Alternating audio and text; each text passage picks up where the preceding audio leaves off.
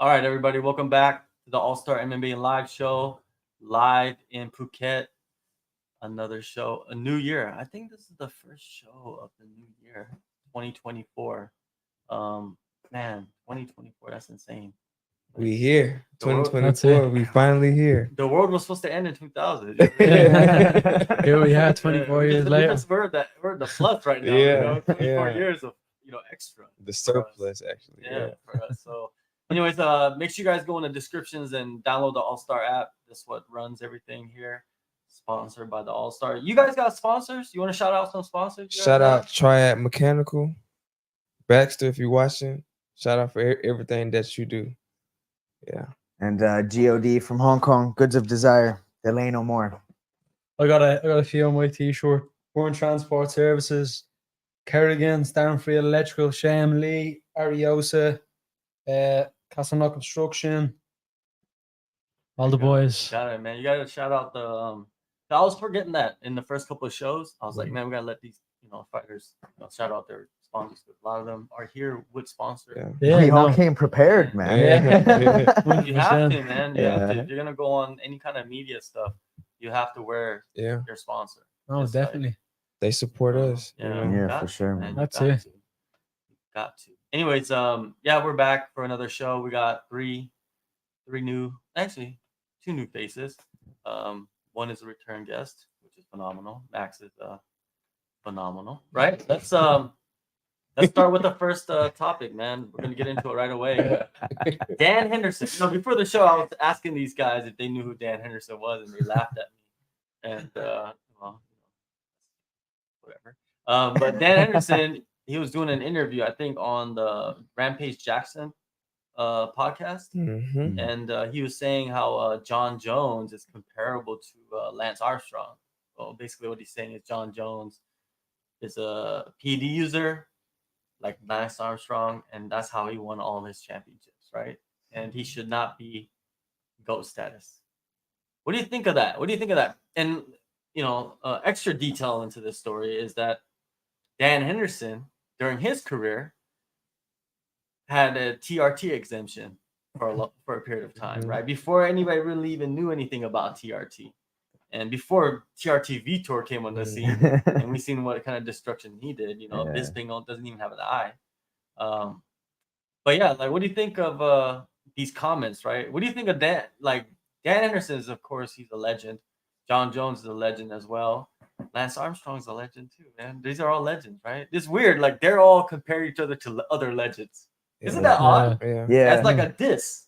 Yeah, no, 100%. Yeah, it's interesting. But I feel like at the end of the day, no matter what PEDs you take, you still got to step in that cage. You still got to do it. You still got to, you know what I'm saying? Like, people get older, people take different things and supplements. And John Jones, as far as PEDs, I mean, which one of our quote unquote GOATs didn't take PEDs? If you really want to think about it, if you go back to Anderson, if you go back to Chuck, if you go back to Fedor, there's only GSP. I was gonna say there's only GSP, and he would be the only one that I would say is probably the easiest, the to cleanest. Because he's the squeaky clean one. I think it's just a complete different era altogether. It's like back then everyone was juicing. Yeah. Have you ever see like Chael Sonnen? He said, like, when he grabbed the hold of John Jones and like they were grappling with each other, he goes, I knew he was on steroids because I was juiced up as well. And so it's like it's a complete different era to now, like, so yeah. It's just more regulated now. But I mean, like, the thing with Hendo saying that is he himself is not saying like, well, he's not the GOAT and you should call me the GOAT and stuff. So thinking about his whole like previous use of TRT doesn't really, like, he's not trying to kick down John Jones for the sake of like his own. Yeah, I get what you're saying. As well as that, though, it's like if the comment came from someone who hadn't used any kind of performance enhancers, I'd be like, okay, fair enough, but like it came from someone who was using performance enhancers, so it's just like it it's a bit of a stereotypical kettle kind black. of thing. Yeah, he also talked about Anderson Silva too.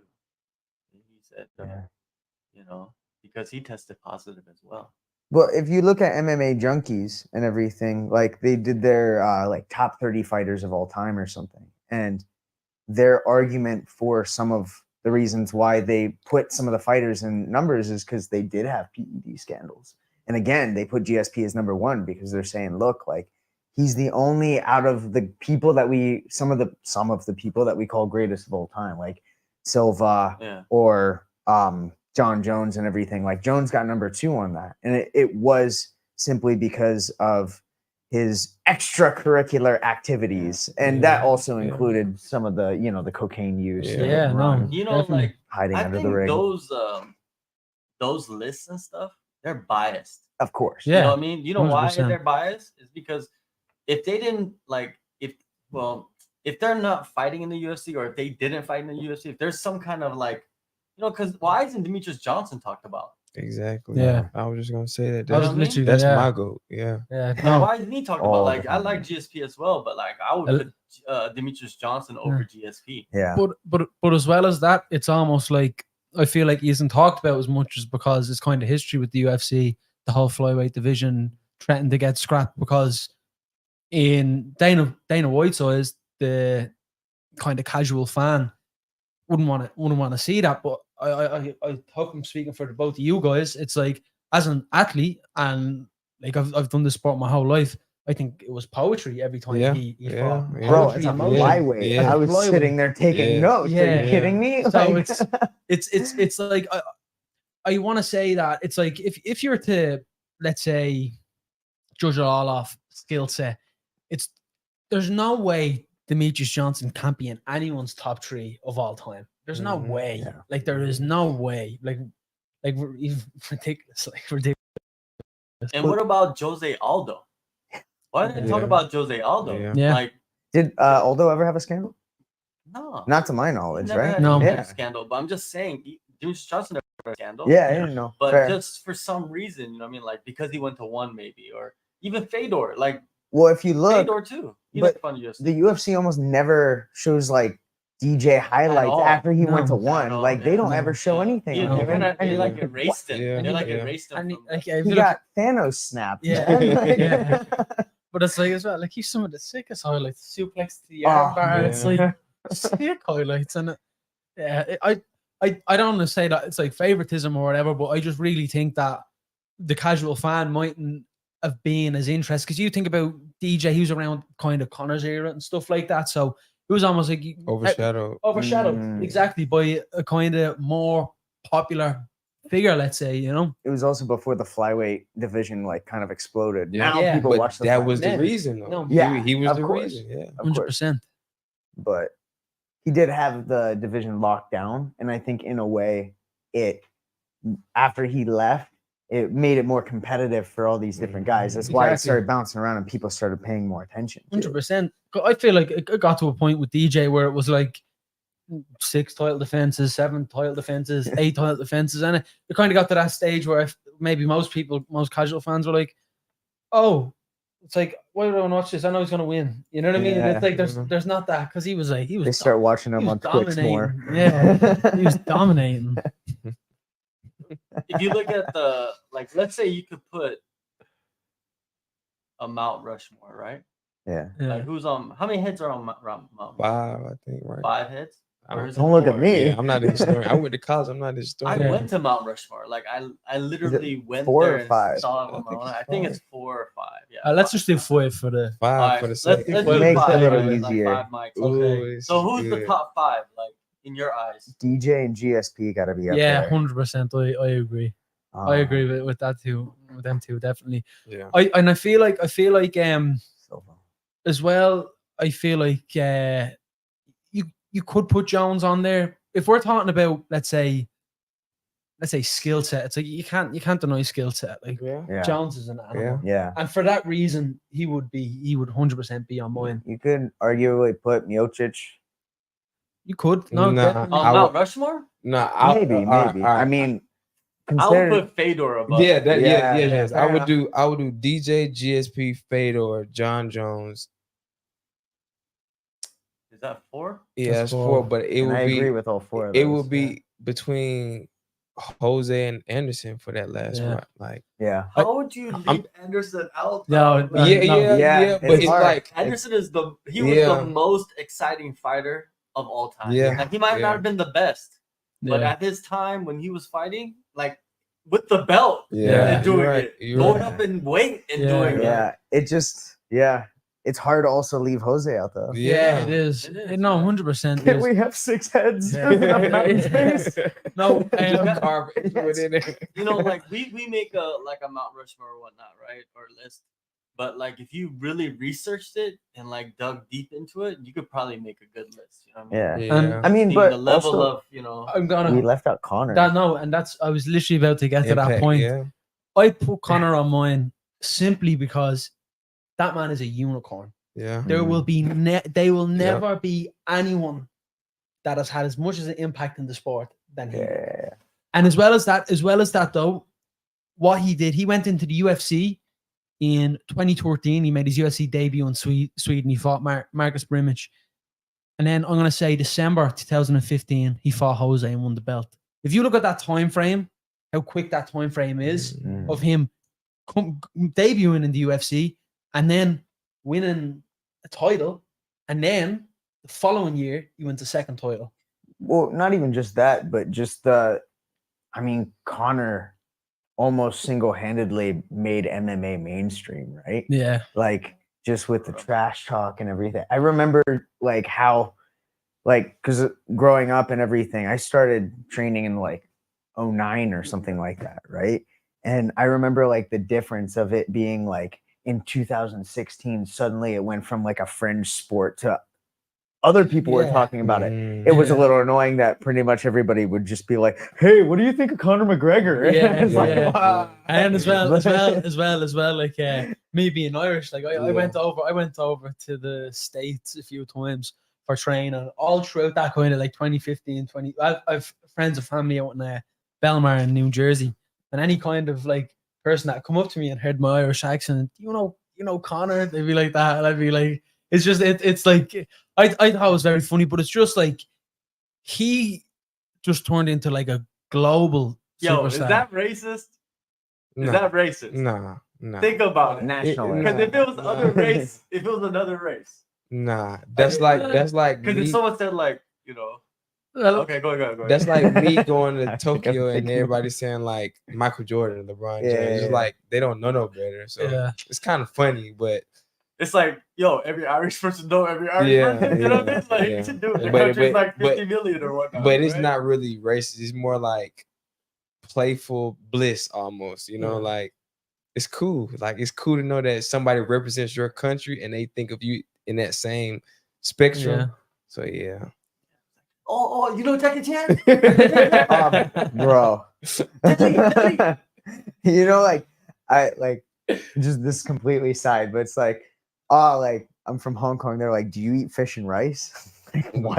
Or do you eat cat and dog? I'm like, "Fuck you." Now that's on a That- whole nother scale now. Yeah. It's like as well as it's like I think like see that people are always gonna have stereotypes of a Yeah, country Of that they course, haven't been in. Of course. You know what I mean? It's like traveling. It's like once you see things and how people really are, that's when you're kind of like, oh, okay. But before you go somewhere, I think there's always gonna like, Yeah, be stereotypes always, of like every time. area or whatever like that. You know? Yeah. So What are your most racist moments? Oh man. Bro, we went to Tokyo together, like experienced racism together. Yeah. A black and white man really, bro, it was crazy. We were the bad guys in my fight, though. Yes, yeah. Because me being white guy that represents Hong Kong, and then it was a black guy, and then my other cornerman was French Muslim, and like we're going in there to fight a Japanese guy in Japan, and, Yeah. and then like I win the fight and It's quiet. everything, Yeah, and it was no, quiet. it's I'm quiet. like Crickets. bowing to everyone, and Crickets. I'm like, I need to get out of here. It's like, oh, shit. yeah, when you have the all Irish card, it's like a lot of Ireland's like famous for its alcohol, so it's just like Mm. whenever anyone sees like an Irish guy or whatever, they're like, "Oh, I drink Guinness," and they start naming out all Irish beers, and I'm just like, it doesn't bother me though. to be Nah, honest, yeah, you know, I yeah. think it's just funny. I think at this point, one of the funniest things about whenever I say I'm from Hong Kong is like I see that most people, at least in the West, seem to think that Hong Kong is in Japan. And I always get like, it's like several reactions like, oh, like, konnichiwa. And I'm like, wrong. Like, that doesn't Wrong. work. Like, it's all just like bliss. Like, it's like they just don't know any better. But Yeah. Like, oh, you're from what? You're from Hong Kong? Yeah. Oh man, my girlfriend's friend's boyfriend is from Hong Kong. You're like, oh, okay. Cool. I just Don't you like love that? Yeah. all the time. It's like, oh, my cousin's pet goldfish's brother. Yeah. You're like, yeah, shall me. You're like, Like, what do you say? You're I like, don't I even mean, know what to But to say. be fair, it actually is the same with like when people walk up to you and they're like, "Oh, you do MMA?" Yeah. no. No. You do UFC? Oh yeah. You do that But they'll UFC. be like, "Oh, do you fight or whatever?" And Yeah. then they want to tell you some story about like that one time they almost got in a fight, or like how they did like, some sort of like how they did karate for like a year when they were like 6, and you're like, "What do I do with this information?" Like, good for you, mate. Yeah. Like all my friends, like they were like, and like it's funny. It's like Irish banter, like going back and forth. But like if you like a few of my mates and like you say something like "shut up for I hit you a karate chop" or like something like that, like you know what I mean. Now that I do, like Bro, MMA, it's way different where I'm from. When I go home, people like, yeah, bro, you can do all that fighting, but it ain't gonna stand up to a gun. I be like, whoa, bro, calm down. Yeah. Why are you bringing weapons? in Yeah, here? Uh, Oh God. You know those street dudes is like that. Bro, yes. 100%. They do not fight They got fair. one answer for everything. Exactly, That's and that's a a knife for a bullet. gun, Yeah. you know. Yeah. They don't play around. Yeah, let's move on to the next topic, man. We got the whole Sean Strickland, Theo Vaughn interview, emotional breakdown, and revelation of his childhood. It's kind of a trip, man, because I think he's talked about this maybe before, but not like playfully, like touched on it. Yeah, touched on it. But he was like sobbing, crying on the show. That was a trip to watch. And man, it seems like in fighting, you have to be damaged. Like 90% of people or 95% of people maybe in fighting are damaged. Bro, we get Broken locked in the way. cage to punch each other for money. Yeah. Like there's got to be something, right? Yeah. Like there's some trauma or something or some need. 100%. 100%. But I can piggyback off that too, because like I was telling him about a certain situation that happened when I was younger. Yeah, we're not getting Yeah, we're into not that. gonna get in it. But I would say this though. When I was younger, I was fighting a lot, but not like normal fighting. It was like I had an older cousin that I looked up to. Like he was that person. Like he was a gang member, like the biggest one around. And he was like, I was probably 13, and he used to point at people and say, go fight him. And I never lost. And he used to just go say, go fight him, go fight him, go fight him. I used to get off the bus and fight. I used to be in school, like he would just point at people and just tell me just to do it. And I was so dumb. But it's like it kind of breeds you into this mindset of like, I don't know, it's almost a form of trauma structure, if you want to put it that way. But I can understand where Sean Strickland is coming from, because just off of those incidences, it kind of branched off into more trauma, So I mean, I don't fault him for being so open and emotional and vulnerable. It's kind of the tough guy act before that is what makes it so bad, because he was always like, oh, that's gay or this, and then he comes out and starts crying and stuff. Like that's what made it bad. It just wasn't that. But yeah, I could 100% understand his trauma and all that stuff, because even me having like a stepdad, I used to come home and it's like guns everywhere, and it's like pit bulls, and like he just like make the pit bull jump on me, and you know what I'm saying? It's like crazy wild stuff that you wouldn't even ever think of, but it's like I wouldn't take it back. It made me who I am, and it bred me into me, You ever think that maybe the reason why like Strickland feels like he can be more open maybe with that trauma is because he feels like he made it now? Right? So he's like, oh, I made it. Now I can be more open with like myself. Yeah. Or even like maybe it's not like a cognitive thing, but he's like, I'm a champ, and this is me. Like, I feel like he's been more like kind of more open about things in general. Yeah. Right. So it might just be that. Yeah, no, 100%. Like, and I think as well with trauma and with, like, let's say past history and stuff like that, I feel like a lot of the times it's like people will push it deep down, and then once it gets brought up, it just flows out. I think that's what happened to him. Might be some stuff there he hadn't talked about, might be some stuff there that he never kind of never addressed, let's say, and he starts talking about it, and all of a sudden all these emotions are coming out, so exactly. I think could be. I think so. Yeah. That's funny you say that, because I used to do that exact thing to my younger brother. I would like make him fight people in the neighborhood. Yeah.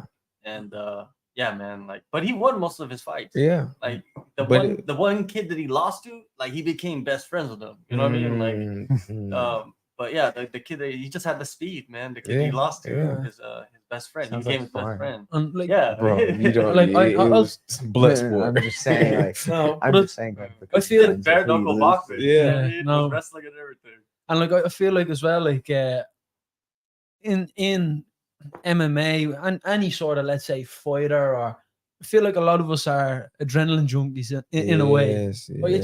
I chase that feeling, and I remember, like, as a kid.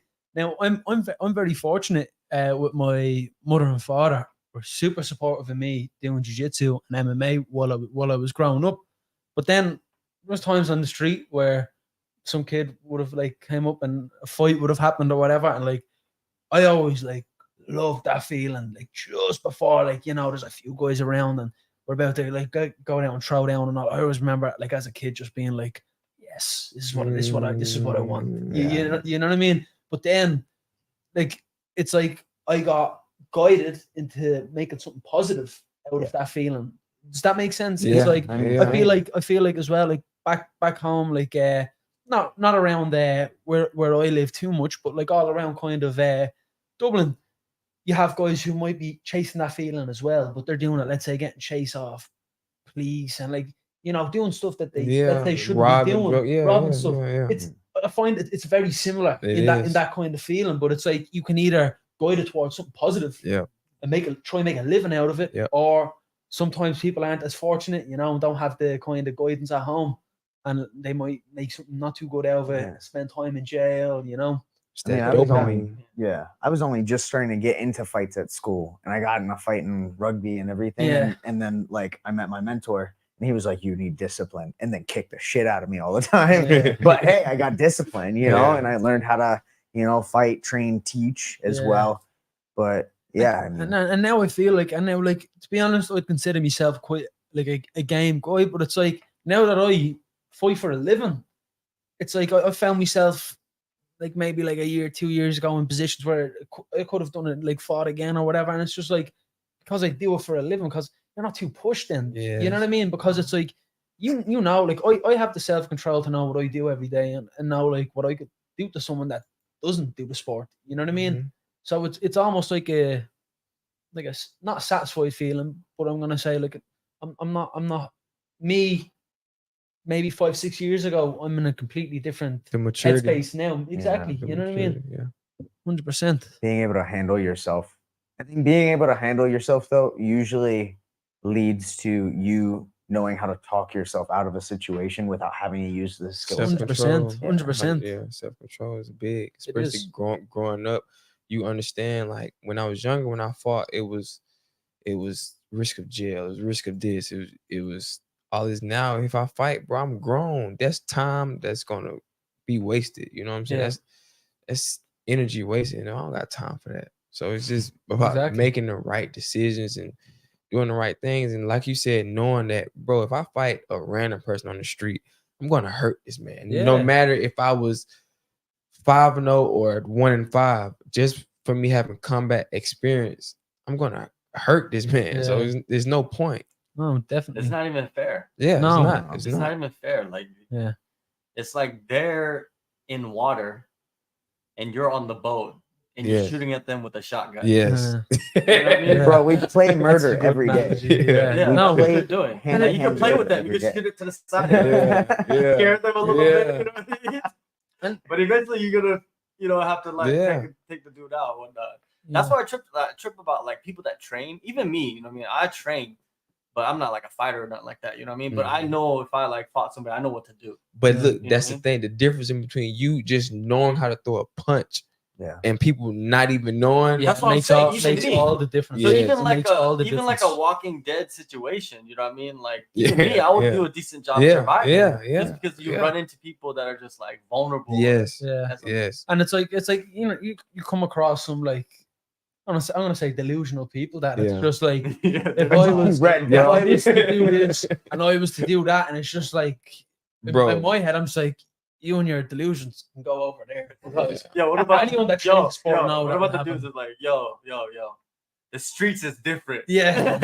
It's like, yo, the streets are gonna be worse Yeah. for you. Like, Yeah, I bro. was gonna say. Bro.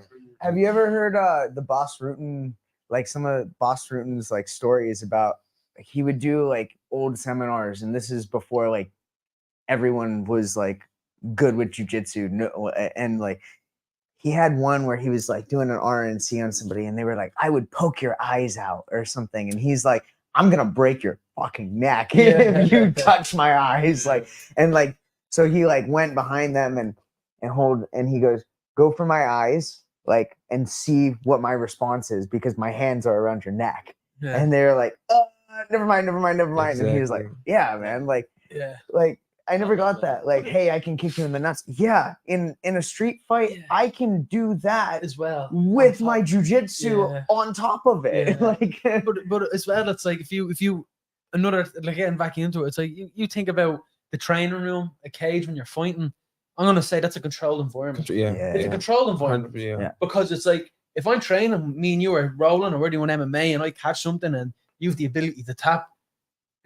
If there's no one there to stop me from breaking your arm, putting you asleep, you know what I mean? I'm on top of you, hitting you. Like there's no one there to actually like stop it. It's just like Lord. I don't think mercy. people like really like do understand that. you ever see the online street fights where the guy does tap? And they're like, Yeah. you ever see that? Yeah. And you're like, Yeah. yo, man, this is on the streets. What do you think? Like, you started this, friend. Like, This arm's getting broken, that arm's getting broken. Yeah, like I remember seeing like a video on like Instagram. It's like some guy hasn't been on seeing it, obviously like fighting over something, man.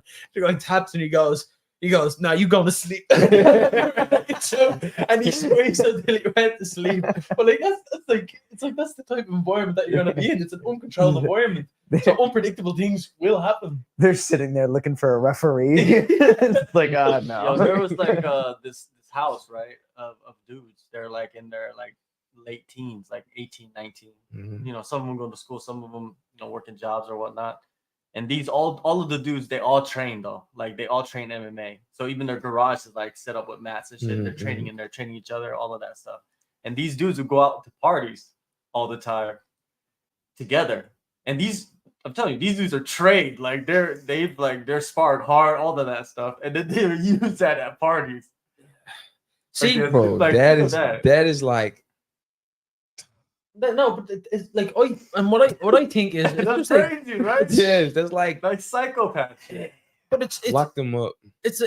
yeah, no, but it's stupid if you do think about it. Like they're trying to, let's say, get in a fight, impress some girls or like whatever like that. It's like if I get into it, let's say I get into a fight with someone, and well, let's say some normal guy works whatever, like a job, has a career, whatever like that, and it's like if I fight someone, the consequences that I will get are going to be 3 times as high Mhm, as a normal mhm, person. yeah. That's the truth. And it's like if somebody is like, let's say, training that in a garage just for the purpose to go out and let's say like go to parties and like fight people, it's just like if they get like caught or like police or whatever get involved, that's what the consequences will Yeah. be. Bro, how You know? bored are you too? Yeah. How bored are you to do that? I think You're it's training. mentally ill. Yeah. You gotta Yeah. mentally ill.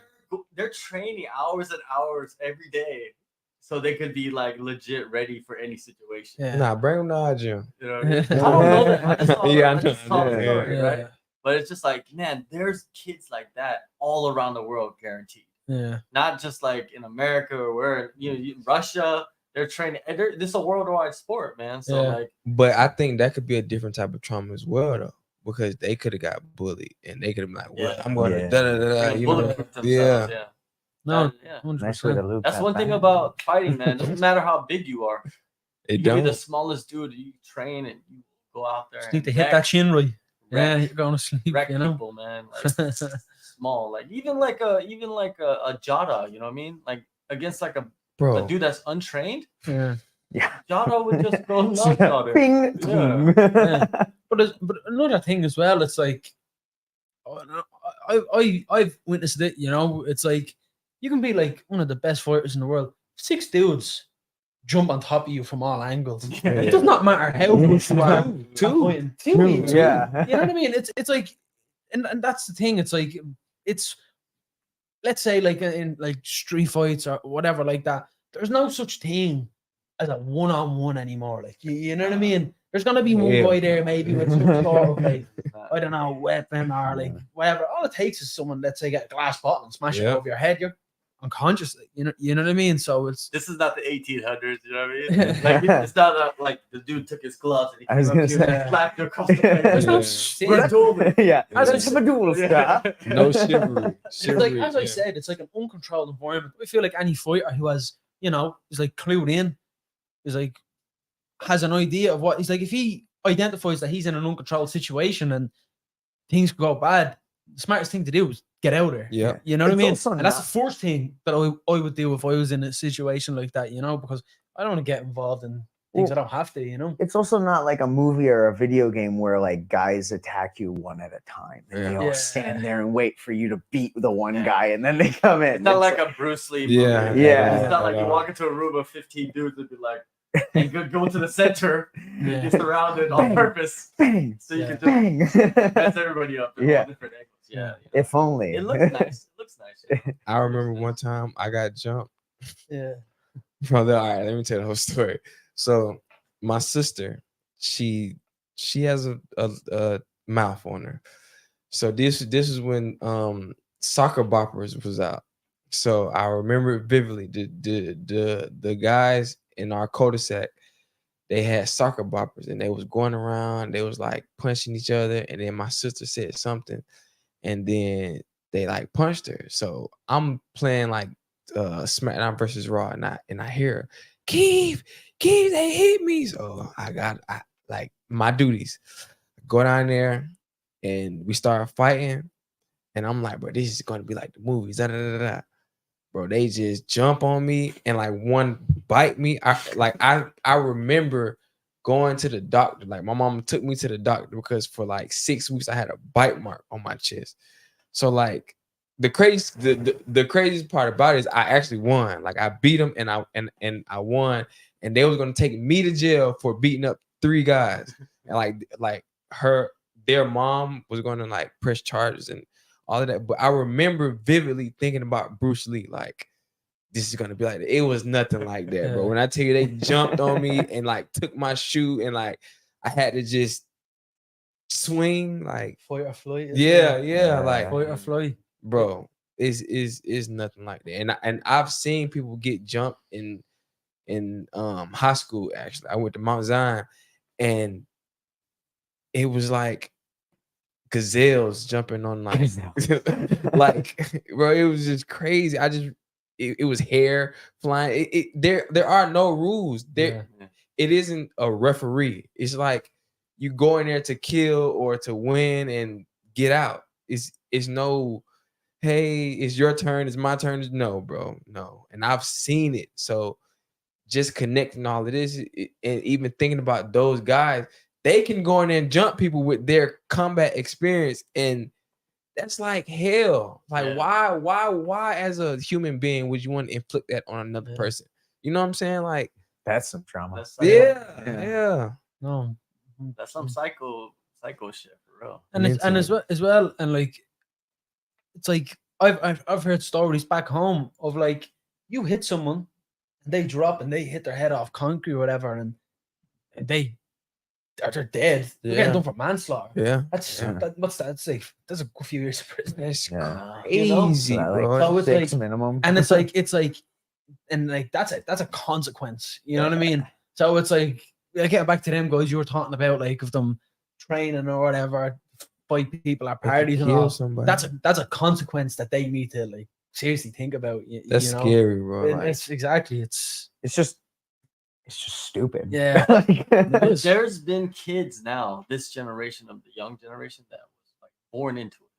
Like their parents trained and then Yeah. they trained. yeah. And or if they didn't train, their parents put them into jujitsu like at a young age, and they've been training since 5 years old to like 21. Right? They're in college. Yeah. They're trained killers in college. But I feel like, Like they could go around and murder people at night. but even Mhm. with that, I feel like, let's say jujitsu, you learn a certain respect for humans Yeah. and a certain If you humility. do it at the right place. Yeah, Yeah, So I course. feel like if you grow up in it, I don't really feel like it's that bad, because you understand like you can hurt people and you understand what you can really do.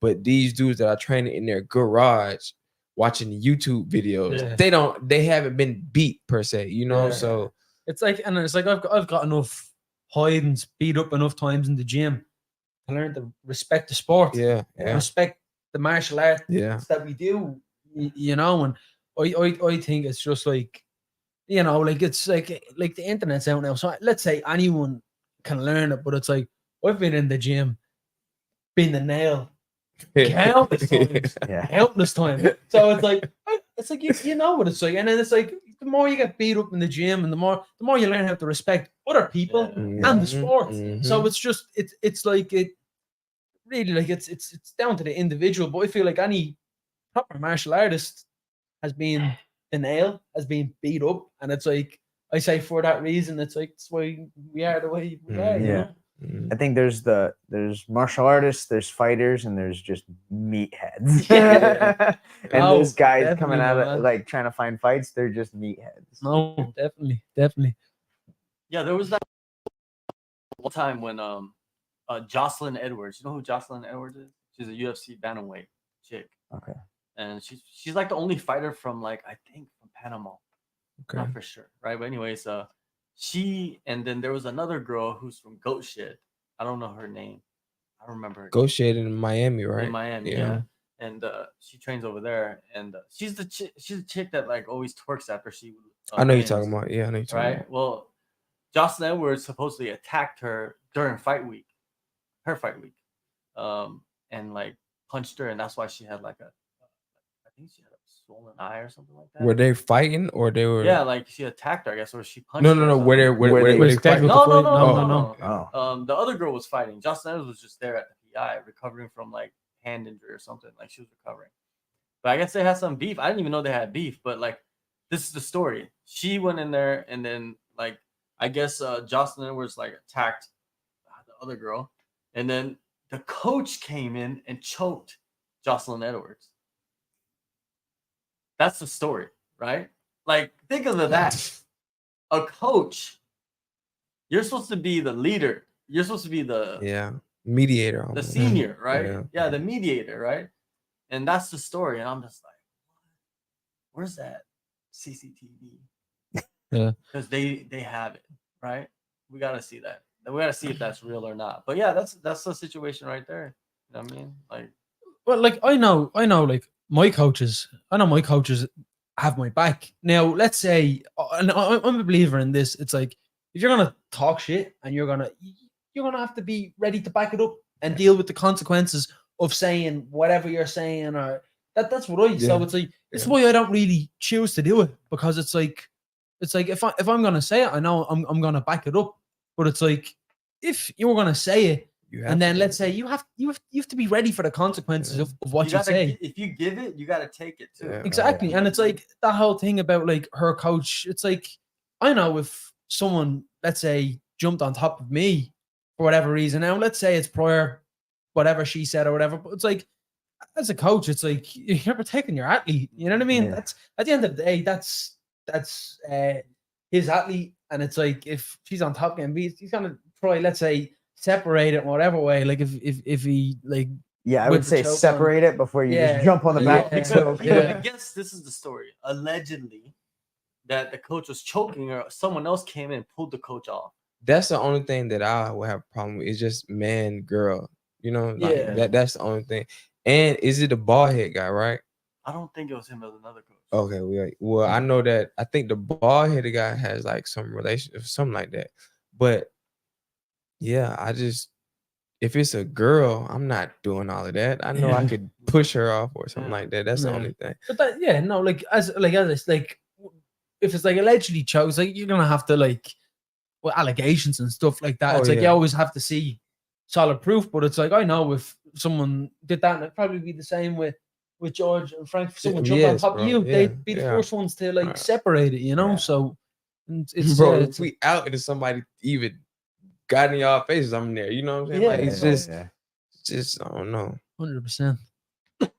Yeah, it's a trip to like, because you guys are fighters, right? But when you go and hang out with like regular people, you know, the regular people are probably thinking like, this fool can beat up everybody in this room. Just Do shoot people them. think like that?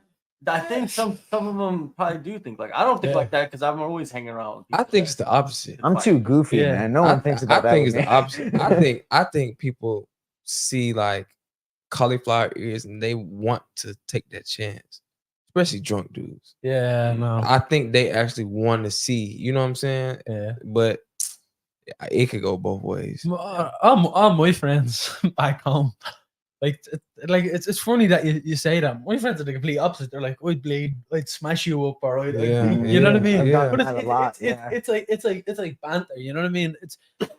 I don't drink alcohol at all, so I don't usually. I'm never out at all too much. But like when I am, it's to like see friends or like whatever like that. But it's like any time that like I've been out, it's like people will be like, "Ah, well done on your fights," or whatever like that, you know, which I always appreciate. You know, it's like in my town, everyone kind of knows everyone, so I never really. I find though, if you were to, let's say, go to like somewhere that you haven't been before, like a different area, a different place, or whatever like that, I feel like that's when you'd get people like that. Them overly confident drunk guys that I think they can take whoever. I mean, and for me, I've been introduced to like friends of friends and things like that, and like I've never met these people before, and once I meet them and I leave, like I've gotten the comment of like, "Oh, well, he's small," or something like that. And I'm Yeah, like, I can see that. you know what I mean? So like, I think that's maybe the worst I've ever gotten is like they're like, "Well, I could take him. He's tiny." And He's it's- a fighter. yeah, that, You know, well, that look. That yeah, question. yeah, But I mean, like, whatever. He man. will But choke that's you the to thing. death. and it's like little To death. yeah. Those two words. Yeah. To death. But it's like, remember that. but all that is just, in my opinion, all is inexperience. They don't know. Yeah, man. Like you could fold them, you Ignorance. fold them up like a deck Ignorance. chair in about Oh, 2 yeah. minutes. Yeah, you know I what mean, like, but that's the thing is that like it never bothers me. Yeah. I'm just like, yeah, I know I'm a midget, all right? Yeah. Like, it's like, thanks for reminding me. Yeah, but like even jujitsu, right? If you learn jujitsu for even 1 year, you start to understand like, yo, I have like kind of a special power now Yeah, Yeah, over like regular an people. advantage. yeah, an advantage. Yeah, You have that. You know, like some people use it for good and some people use it for bad. But I'm just saying, you do have that. You kind of feel that in yourself. Wrestling. Think about it. Like even in the street, like if you just could just pick somebody up and just dump them hella hard on the concrete, Yes, they'll just be yes, like knocked yes, out from that. yes, You know what I mean? yeah, Just be walking yes. away. Just let them chill. the You know what I mean? rampage. yeah. It's just, you know, people don't understand, man. Yeah. But you know, you gotta learn sometimes. Sometimes you gotta learn these things, Yeah. and you don't want to run into the wrong guy because some fighters are not nice, man. Like some fighters, I've heard some stories, man. And I've known some people, and yeah, some fighters, man, they'll fight you in the street. Yeah. Yeah. They'll be like, Sure. "Oh, you really want to test me? Now I Yeah. get to spar." Well, like you ever see Yeah. Nate Diaz in that whole street brawl? You get your man in the high elbow guillotine, I and think just- yeah. just- I've and just seen drops that, I've him. seen But like that. it's like it's the saying that I go by. It's like you fuck about and you find out, Yeah. and it's not more than that. It's like you poke someone a certain amount of times. You know, you poke the bear, they're gonna retaliate in Yeah. some sort of way. As humans, it's in our nature Yep. to retaliate when people are irritating, threatening behavior, whatever like that, you know, because it's in human nature. But it's just like with that, it's like people like that. It's like they have an experience like that, and I promise you, they will never do it again. That's why people need to see it. Exactly. People need to Exactly. see it. I do think going back to what you were saying earlier of like when you hang out with friends and stuff, a lot of the time, like friends that don't fight, a lot of the time, my friends that don't fight, they're so used to the fact that I do that we don't talk about it at all because it's just like that's 100%. like me, that's life, that's work and everything. And then the people that aren't used to it, they ask me a lot of questions, and I actually try to like redirect the conversation to other things, like just because like, yeah, I love what I do, but man, like I don't walk up to an accountant and be like, yo, tell me all these things about being a CPA and just like, ask questions. You can't compare accountant to no, but what I mean is like, like it's a job. And like this is our life, right? And so 100%. We think about it so constantly. Oh, your office job? Like, How are you? You know, like, to be honest, like, after a while, you have to use one of those like things. Bro, do you have a pager? It's like I have my friends through the sport, you know. A lot of the times they're training partners, like, and it's from the sport that I've met them and I'm friendly with them, and it's something we have in common. A lot of my friends back home, I'm friends with them because it's like we have other things in common apart from fighting. And it's like, as you said, it's like they are so used to me fighting and stuff like that. It's like I go out with like loads of my close friends, and it's like they mightn't even talk about it, which I like. Because it's like if I'm most of the days I'm in the gym for, you know, like if I work part-time back home, so when I'm working 2 hours, 3 hours, when I'm not working, I try 3 sessions a day, and that I could be training up to 5-6 hours, you know. And it's like after all of that, you know, you've had a long week of training and stuff like that. It's nice to go out to people that it's like you don't have to just talk about the sport. You get to, it's almost like a detox, if that makes sense. You know, release, your mind's on different things. It's not just on the sport. And usually when I do them kind of detoxes, let's say I come into the gym the following week and I'm shit hot. You know what I mean? I'm like refreshed, let's say, like mentally recovered, you know? So I feel like that's why I'm friends with a lot of my friends. Yeah, I value those people in my life that are a retreat from the fighting, because I'm always thinking about fighting for the most part. And like we all hang out and stuff, and for the most part, I think actually when we all hang out, we do a good job separating a little bit. 100%. And like when we're in the gym, if you hear us, we're all talking about fighting, and then we'll go to, you know, like my place or something, and suddenly we barely talk about fighting. We're talking about Travelers or video PS5, games, you know, like playing video games and stuff, because I think we're all so used to it that we can separate it a little bit. Yeah, no, but definitely. Man, I value those people that I can be like, and then now it's like, okay, cool. I have a breath of fresh air. Definitely. Yeah, it's like my life is kind of consumed with this as well, but I don't talk to it with anybody outside of people that are involved in it. Because I don't want to talk to them about it. They ask me about it, I just say like, I just give them an answer, vague, but not to where they want to ask more questions. I want to talk about other things. No, definitely. Things like, yo, you seen that? You know. That thing, that video, you know, like Steve Will Smith get slapped type. It's like you see Fat Joe, he just lost a gang of weight. Or is it Jada Pinkett Smith? Jada Pinkett, It's her in the picture. Yeah, but she looks like Fat Joe. Yeah, like stuff like that, right? It's just funny shit, like things that take your mind off stressful situations. You know, definitely. Because you need to have that. You need to have a release. You know, from other. You know, the gym is a chaotic place. Most definitely. Most definitely. Yeah. Oh god. Most definitely. And it's not even like you could go to the gym and if you don't know anybody, you could just come in. It's still chaotic, right? Just for a regular person that has come here for the first time and they're all happy and shit. They all buy the new jersey and the shorts. You know, they come out to trade. You know what I mean? Like you could tell there's always those people, right? Yeah. But you know, and it's chaotic with even them. But think of our perspectives, like us knowing each other, and us being here for a long period of time. And knowing the little things that are going on, but we can't talk about it in public type stuff, right? Like, it's even more chaotic. Yeah. You know, and think about like a huge gym like American Top Team, or have you been to American Top Team? The big one? Yeah. Think of that gym and imagine how chaotic that place is. Bro, it's not like a. See, our gym is a fighter's gym mixed with a tourist gym. You know, like they're normal people. Yeah. But American Top Team, Coconut Creek is just fighters. You have to like, it's just fighting. Like it's nothing else.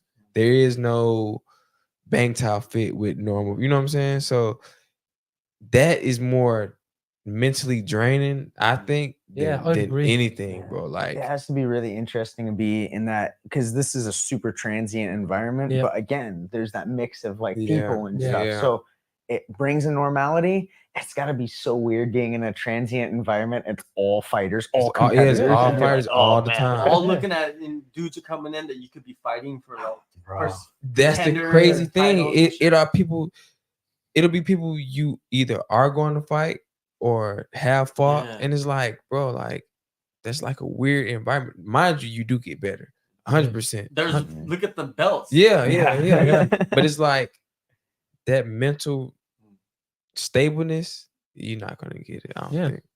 I think like some people will benefit and others won't. Exactly. You know what I mean? Because there's certain people that will go there and maybe their treatment is better than yours. You know what I mean? Maybe you latch onto the best coach, the perfect coach for you, and maybe you latched onto a coach that, you know, maybe you guys vibe, but it wasn't the right fit. The style wasn't right. You know what I mean? Like those are things that people don't think about at all. The variables, like definitely. You know, in that place, it's like there's coaches all over the place. It's not like one coaching staff. It's like 15 little coaching staffs or something like that. You know what I mean? And then it's like it's like the biggest like names in the world of the sport are there, you know, training and coaching. And they're competing against each other and fighting titles against each other in the UFC. You know, like it's insane, like what they have to do. And they just do it because it's a factory. Like you see the whole thing that happened with like Usman and Burns. Like they had to split and all that shit. Like there was none of that shit at American Top Team. American Top Team was like, nah, you guys can train here together. Like you one on this side, another on this side. You guys don't have to see each other. Blah, we'll make it happen. You know, and then you know, bring that belt. At the end of the day, that's all it's about, though. You know, that's all it's about. It's money. Because if you're competing against yourself, who wins? You're right. You. You're right. Yeah. You're right. 100%. Yeah. That they'll make that work because they have the facility and they win no matter what. So it's just like, let's do that. It's a win-win all day, every day. Their belt case is filled up. You know, like they know what they're doing. I love that place. Anyways, you know, there's so many great fighters. I do too. I ain't gonna lie. It's a great place. Yeah, man, it's crazy. Like that place. Just, you know, guys go there and they do get better, and some guys go there and they get swallowed up because it's almost like they went there too early. Because that place is gonna, you know, I'm pretty sure there's like little snaky things going on too. My younger brother is there now, and he's like he's bigger than me. Like he's like 190 pounds. Like, and just from him telling me everything that's going on there and the training and all that stuff, is just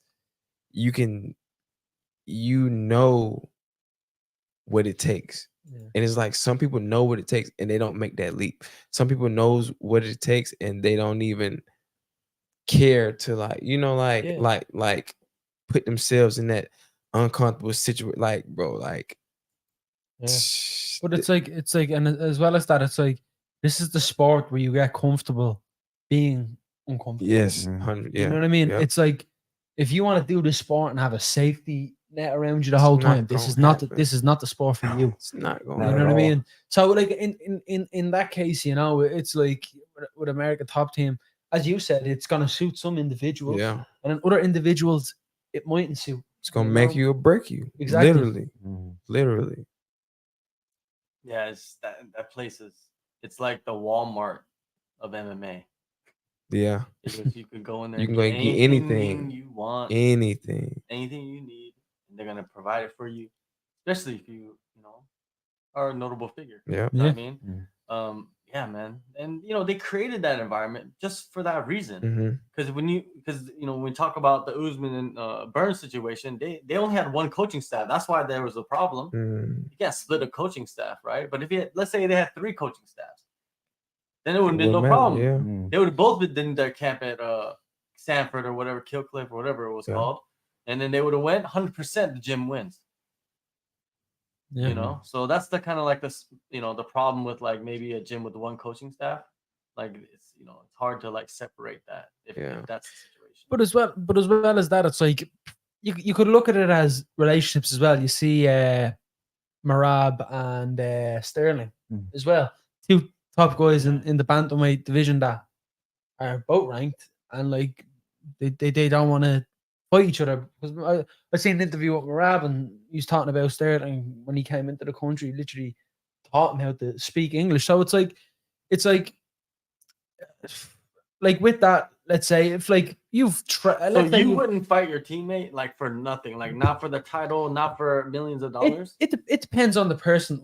I'm let's say a person of like I'm big on loyalty. You know what I mean? Like, but it's not like you're not being loyal by fighting your teammate. It's competition. Yeah, it's competition. That's what you're in it for. At the end of the day, right? There is no, I agree. There's 2 sides for it, and it's like let's say it's like for a certain situation. Like let's say I was to fight someone to get a spot in like a UFC roster or something.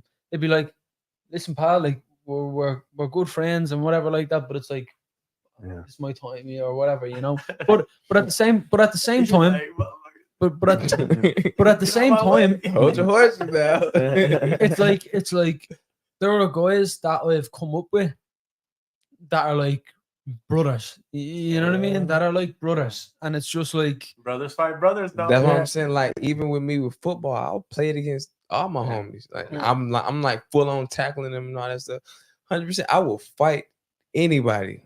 I think there's 2 ways to look at it. Yeah, because like if me and Max was to fight, same weight class, all that, bro, it's like I have nothing against them. Yeah. It's just competition. Like competition. I'm not gonna go in there and like if I see him down, take extra. You know what I'm saying? I'm not gonna do that or try to poke him in his eye or anything like that. It's just normal competition. Like it's 3 rounds. Yeah, I mean, well, that's I think that's the way like Marab and Sterling should have took it. Like they should have took it or they should have at least played with it. Like played with the UFC a little bit. I think it's not fear. Just come out and say like, "Oh, we're brothers and we are not gonna fight each other." It doesn't matter. It's fear. Do you think Sterling was in his Marab's ear like, "Marab, come on, man, we're brothers, man." Yes, because Sterling knows that Marab has the talent to beat him. He knows that when Marab is on, come on now, 49 attempted takedowns. Come on, who want to fight that? Like that's not normal. So like that's true. I hate sparring that. Exactly right. So like and then with him being so close, he's probably dissected his mental. Like, oh yeah, when I get in there, I'm not gonna stop. So he done heard that over and over again. He knows that he has to fight that. Come on, bro. Like I've seen both and everything. Like where not just them, but other people are like, yeah, I don't want to compete and stuff. But then I mean, in jiu-jitsu, obviously jiu-jitsu is not MMA, but the goal is always to close out the bracket with your teammate, right? Yeah. So the team gets gold and silver. And it's like keeping that, keeping as much of the accolades within the team as possible. And I like that idea of like what you're saying and everything. Like, hey man, let's be in the same team and let's fight each other. Let's keep the belt. Like, I don't care. Yeah. Like, you know what I mean? Like one of us becomes champ and either I'm happy for me and you're happy for me, or I'm happy for you and you're happy for me. And it's like as well, like, back to that. It's like, I think as well, it depends solely on, let's say, the situation, if that makes sense. It's like they're in the top 5 of the best fighters organization in the world. Yeah. And what the people want to see is who is the best in the world.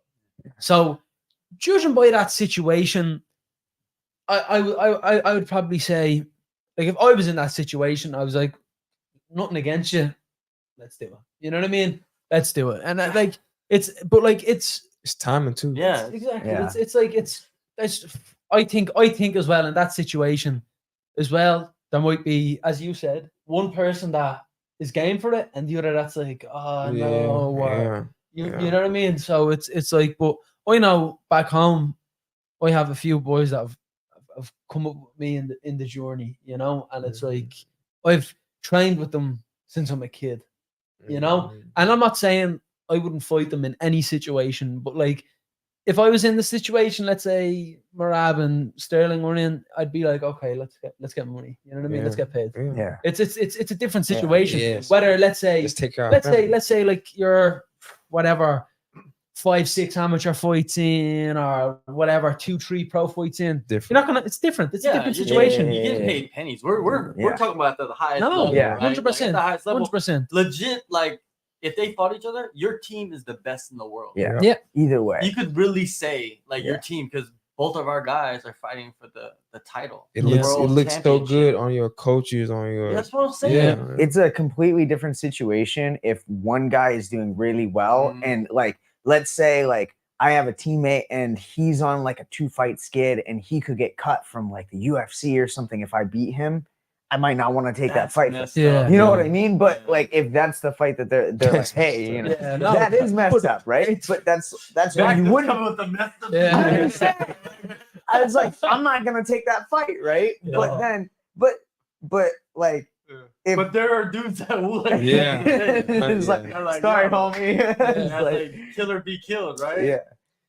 It does. I don't know if that's a teammate right there. In It's that not. situation. It's not. Yeah, no, It's exactly. a gym mate. Yeah. Yeah. But it's like even you seen Ian Gary who's matched against Vincent Luque. They trained a few times in Killcliff, and it's like it's nothing against the guys. It's like they're two top guys in the world. It's like it's gonna have to happen. That's the thing about Ian Gary though. Like he's the guy. If you look at his history, right, he kind of like just floats around, like goes to different places, right? Like that's him. And you know why? You know why I think he's doing that is because he knows that he's good enough to go and fight the top guys, and that's what led him to that situation, right? What?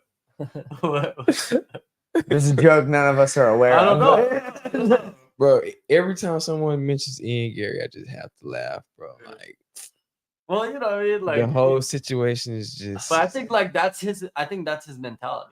I think that's why he's going around and It's training almost at like different gyms because he doesn't want to be like with one because he knows he's gonna have to fight all of these Yeah. guys. Well, Yeah. and that's and in fairness, it's like he's in that situation where it's like he's gonna fight that top 15 in the world.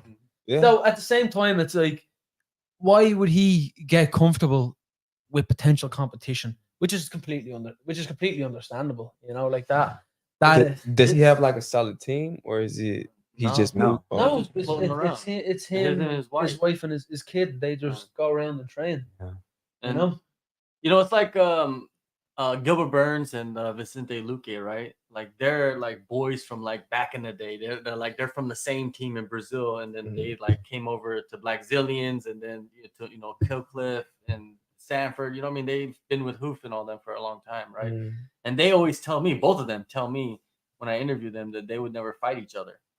But I know, man, if it was for the title, they probably would fight each other. I think they would change their mind. I think money talks. Yeah. yeah. And I think these guys are competitors too, like both of them. Like Burns, man, like the dude made a name from like taking short notice fights, and winning them all, like crazy. I love watching Burns He's a fight. killer. Yeah, He's a killer. I think Burns surprised everybody. I think Burns because you remember he was at lightweight, and he was losing, because he was cutting too much weight. He just couldn't take the shots, and I think a lot of people just wrote him off. Like when he went to welterweight, like he's done. Then we went in the same run. Yeah. Then he's a jiu-jitsu guy, knocking people out too. Yeah. Yeah, it was insane. But yeah, I think those guys. To me, I think a lot of guys that are close and they've been coming up from the early days, they would fight each other if it was for the title, and then it's like on pay-per-view, and you guys are from the same team. Everybody looks good. You know what I mean? Just it's competition. It's like going to the gym in an arena. Yeah. Yeah. Again, it's different if like both guys are on a win streak, both guys are on a high, both guys versus like maybe one guy not and the other guy is on a like high. let's say like I'm on whatever 5-6 fight win streak, and let's say there's one of my guys in the gym and it's like he's in the UFC and he's like on a 2-fight losing streak and all. It's like what's the point? You know what I mean? If it's for a title shot, if it's for next in line or whatever like that, that makes You know who would sense. take that fight? Yeah. Ian Gary. But like you've seen it, and it's like he'd be like, it's like he's eating ribs, you know. Yeah. Oh, you know what I mean? Like he With sees bib that. on and Yeah. everything. but it's like you come across any high level MMA fighter, and what's the number one thing that every top level MMA fighter have in common? Are competitors. Yeah. That's what Yeah. they're competitive. It's where they've gotten to where they are, and it's like you see Gilbert Burns train with Ian and stuff like that. It's like he's trained with he's trained with Shavkat and all and whatever. Dana rings him and is like, "This is the fight to make for a title." He's 100% taking it. Yeah. You know what I mean? Easy. He's 100% taking it, which is like it's situational, but it's like And it's even then, I feel like if you get to the top 15, everybody game. yeah. No matter Everyone game, yeah. Like it's like It's Yeah. not checkers no more. Yeah, That's like yeah, chess up yeah. there. Yeah, no. Once you get to that top 15, 100%. and it's but once you get in there, it's good because like you could win one, lose one, and you'll still stay in there. You'll be Yeah. in that carousel, Yeah. like getting matched up with other names, Yeah. or bigger names. And, It's like playoffs Yeah, almost. it is. It's playoffs, but you're in the playoff for like years. Yeah. And Yeah. it's like that's when like, How long can you stay in the playoffs? And Yeah. if you win Exactly. the title, that's the fucking It's like- championship, right? it's like you have your gatekeepers Yeah. and your title contenders and the champion. And then you got the You know what I mean? Dark horses yeah, too. dark horses too, come in and yeah, win yeah. a couple, you know what I mean? Like just it's interesting, man. Fighting, that's why fighting is interesting because you get to watch all that shit play out, right? And then some people that you never expected to do anything just come in there and wreck shop, you know what I mean? Like there's been so many in the past, but yeah, man. Let's talk about Jorge Masvidal. He was retired, now he's unretired, right? And Ben Askren wants to fight him at UFC 300. I think that's what it says.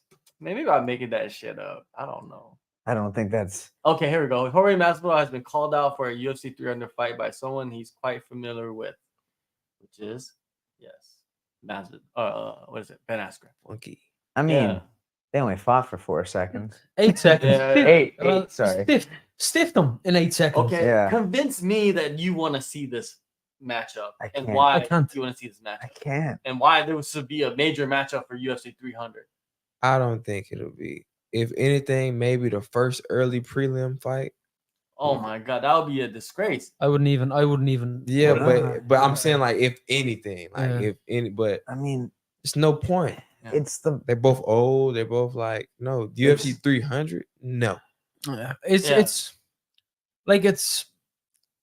I don't like with a fight finishing that quick. I don't see the point.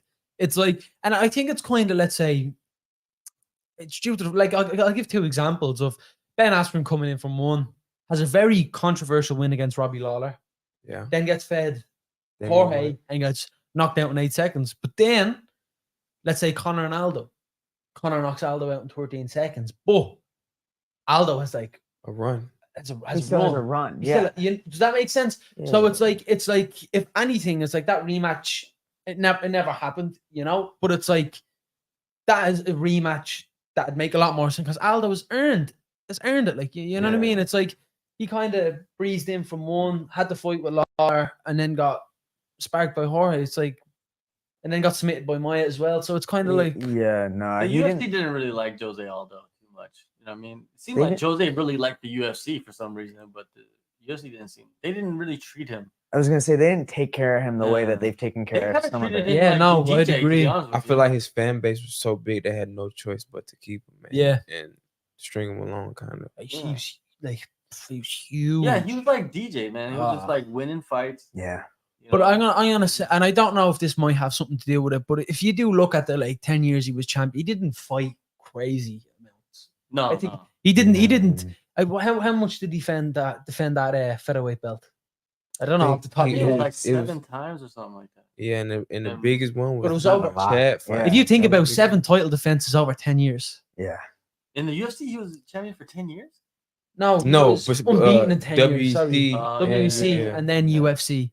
But he was the first ever UFC featherweight champion. Yeah. Yeah. You know what I mean? So I know he was unbeaten in 10 years. But I don't think he fought that much. I think that might be a variable in the whole, let's say, situation. But at the same time, it's like he's a legend of the sport now. It's like, you ever look at any of Jose's losses, I think he's only lost the top 10 fighters. Yeah, but you can say that about Henan Barrow. Oh yeah, Brandon Brown, like, long run. Yeah, and They're then teammates. Dillashaw smoked him. Yeah, twice. it was almost like Henan Barrow overnight became a mediocre fighter. Yeah, it was crazy, right? Sometimes though, I feel like those guys, it's almost like when they're on such a streak, it's like it's in their mind that they are unbeatable, that they will find a way, and then once they are beaten, it's almost like it breaks them a little bit, and then they struggle to like kind of get momentum again. Yeah, even like Garbrandt had a beautiful knockout recently and everything. Oh yeah, but you saw like after TJ beat him twice and everything, he really struggled, right? Yeah, and I feel like it's a lot of that mental game that we have to deal with. Like, I think Barrow maybe just like broke mentally. Yeah, it's possible, man. Like, you don't know what's going on in their head. I mean, after it could be like physically, like his body would, just lose the confidence. You just lose everything. And as well, I have experience of losing, of being beaten, but I don't have experience of being beaten on a stage like that. Yeah. And I don't know if that's any different, because you see, it's like when let's say a person on a streak loses, one or two things happen. They bounce back and go another crazy run, or you don't really hear of them again. So it's I think it's on the mental strength of the individual, overcoming, let's say, what happened in the previous loss or whatever like that, And like you said, injuries do just kind of catch up with you. Maybe, like their mental is what's keeping them going through all of that. Yeah. And then they hit that loss, and then it's just like their body falls apart because their mental isn't the thing. And it's like, this is a sport where it's a young man's sport. There's only so long you can do the this. Young eat the old, man. Yeah. And they can use the loss as an excuse almost too. Yeah. How insane is it, like, that TJ Dillashaw like wrecked, like, his like work ethic so fucking crazy that he wrecked his body. Yeah. Like, he redlined his body. Yeah. But being too though, just he couldn't fight anymore. Like, he tore both of his labrums in his shoulder. And then, like, he was fighting, like, remember he fought for the title against Aljo? Like, he just gave him that title, man. Just like his shoulder just came out. Like, it was just insane. Like, that's how crazy he is. Yeah. And now did you see his recent pictures? He's all jacked now. Like, he on that TRT, I think. But it's just jacked, dude. It doesn't even look like him. Like, his face is all swollen. Really? Yeah. I haven't seen that. But in that, would you sacrifice your body for a championship? Would y'all? If you sacrificing your body anyway. Yeah, but I'm saying, I mean, you can work hard and like work hard, but to redline and know that you pushing, I would. I mean, I've pushed through red lines plenty of times. Yeah, but then I've also gotten to the point where then my body is like, nope. And I'm like, you know what I mean? Like, it's just, like, I've redlined and I've redlined. Yeah. And there have been times where I ended up having like a week-long fever. And it's just because I've been pushing through training too much. And then everybody's yelling at me like, yo, like, you're killing yourself. You're not gonna make it to the fight. TJ Dillashaw is the Lance Armstrong of MMA, not John Jones. Because if you look at TJ Dillashaw's training as well, it's kind of like that. Well, they both took EPO. Yeah. So what exactly is EPO? It's like endurance drug. Cardio. Yeah. That's right. That's crazy. Yeah. Endurance. Like, that means he could just do whatever he wants forever. Yeah. Across 25 minutes is. And he was like, did you see a long time? When he dropped down to flyweight, did you see the supplements? They said he was taking. Yeah, I saw that. Like 40, 50 supplements a day. Like, I remember seeing that and just thinking like, oh God, I take 3 magnesium at night. I take vitamin D, omega, and I struggle to get some zinc. No, let alone 60. I just take turmeric and Lion's Mane. I'm good. Yeah. I only take like multivitamins, and I just started taking some of these mushrooms. I heard those are actually really, yeah. I got that skin immunity. mushroom Yeah, supplement. yeah. Yeah, it's try-stop staph infection. Yeah. I do But- think every fighter should probably take zinc and magnesium every night. Oh yeah, The Like- amount that we sweat, especially out here, the Yeah. amount that Yeah. we sweat, Yeah. we should be taking that. and as well as that magnesium, it's like I find when I take magnesium at night, it's unbroken sleep. Mm-hmm. Unbroken sleep. I think, and it's like you look at sleep for an MMA fighter is the most important thing in my Yep. opinion. I think that and diet is like Yeah. it's the most important thing because it's what's recovering our bodies. Training, you know. All right, so now UFC 300, we're just talking about that, and now there's what is it, Leon Edwards? He announced that he will be defending his title at UFC 300, and what is it? Arrow Hawani has reported, if you want to believe him, Bilal Muhammad is the opponent. When is the And, date for 300? March? March. No, not March. I thought it think was April. it was April. Yeah. Yeah, Yeah. maybe April. That was April or early May. April or something. But this is my like theory, is that I think they're gonna put together a super fight.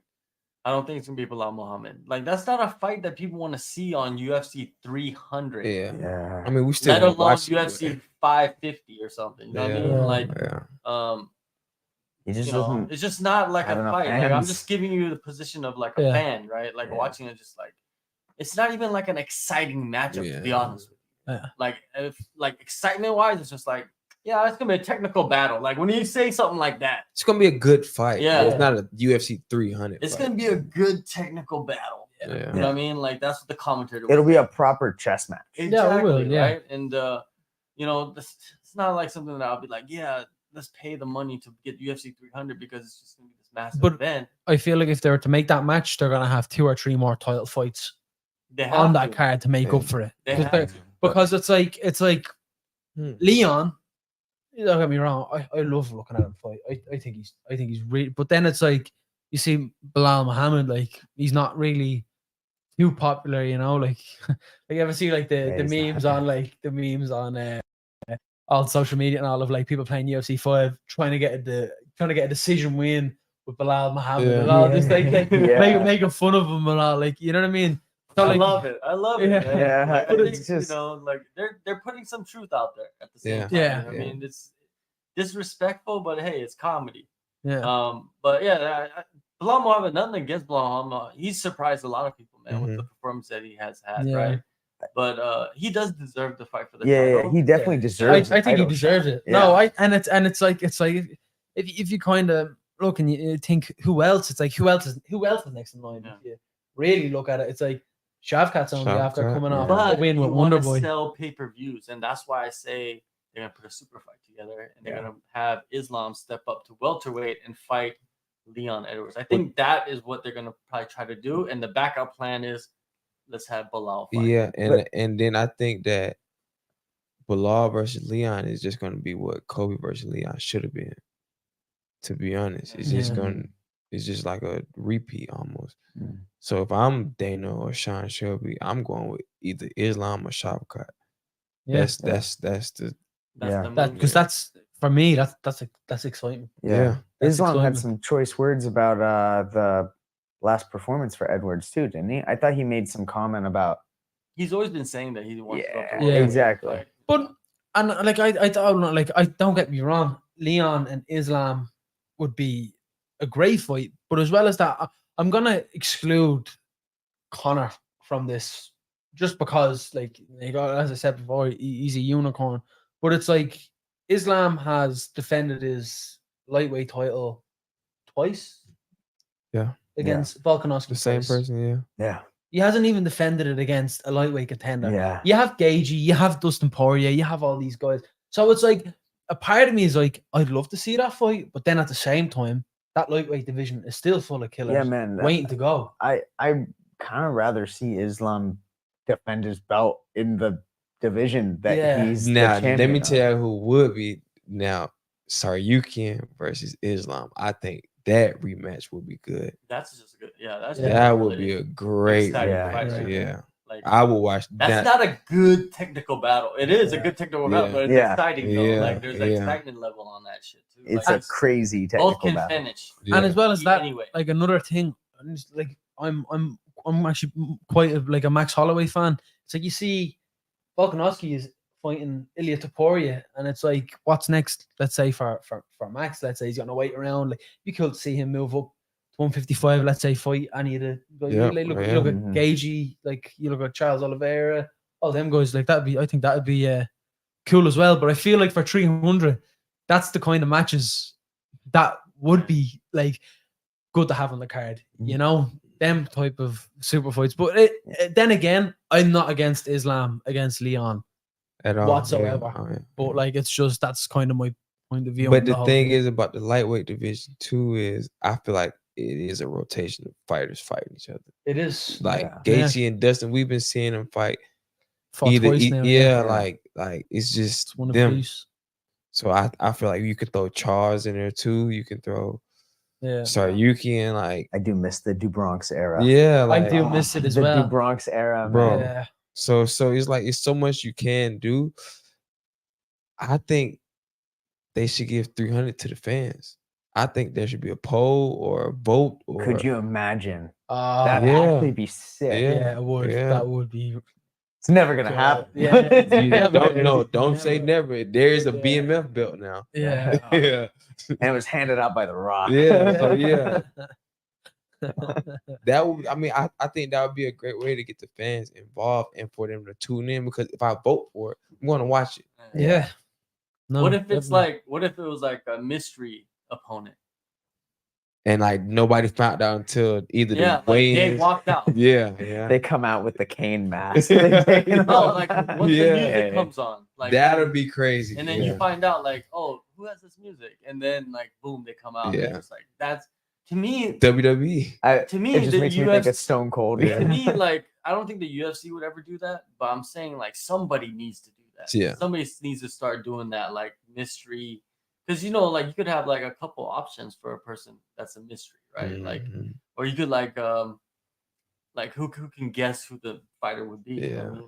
You could make like these activities. But would the champ be given the permission of No, knowing? it's not a champ. You can't have champions doing that. No. What I'm saying is like under like behind closed doors, you know who your opponent is, or like the promotion. Of course, you get okay. You know your opponent. Yeah. You can't have them just be like this. Well, could you imagine? No, you sell it chaos. to the people. A different story, right? You sell it to them as like, oh, nobody knows except for the matchmakers and whatever. And of course you have to tell them like, who would agree to that? You have to sign a contract, right? But there's no name on the contract. Like, am I fighting God or what? NA, like it's like who? You better be making millions. You You better be making so much money. Yeah, for real. But have you seen Connor's like his post that he put up? 185, Mr. Chandler. No, not that one. There's another one where he's like, it's him partying and then Chandler trading, and it's like going simultaneously. Like Connor's like straight, like he's drinking and partying. And honestly, I think Chandler would win because I just think if he brings the fight to Connor, he'll win, bro. But I'm gonna say it's like you can I feel like let's say them guys are at a different stage in their career. Money is money. Does that make sense? Yeah. But it's like I feel like as well. It's like Connor. It's like if let's say Connor isn't like he isn't training and stuff. Skill set is always going to remain. Yeah. So for it's sure, like what I gather from it is Chandler gets hit a lot, and Connor sharp. Connor can hit. Yeah. You know what I mean? So if you were there to be hit by Connor's crazy power. Yeah. It's like if it was, let's say, like going back to the whole when he fought Dustin now. He fought Dustin twice in like 2021. Yeah, 2021. Yeah.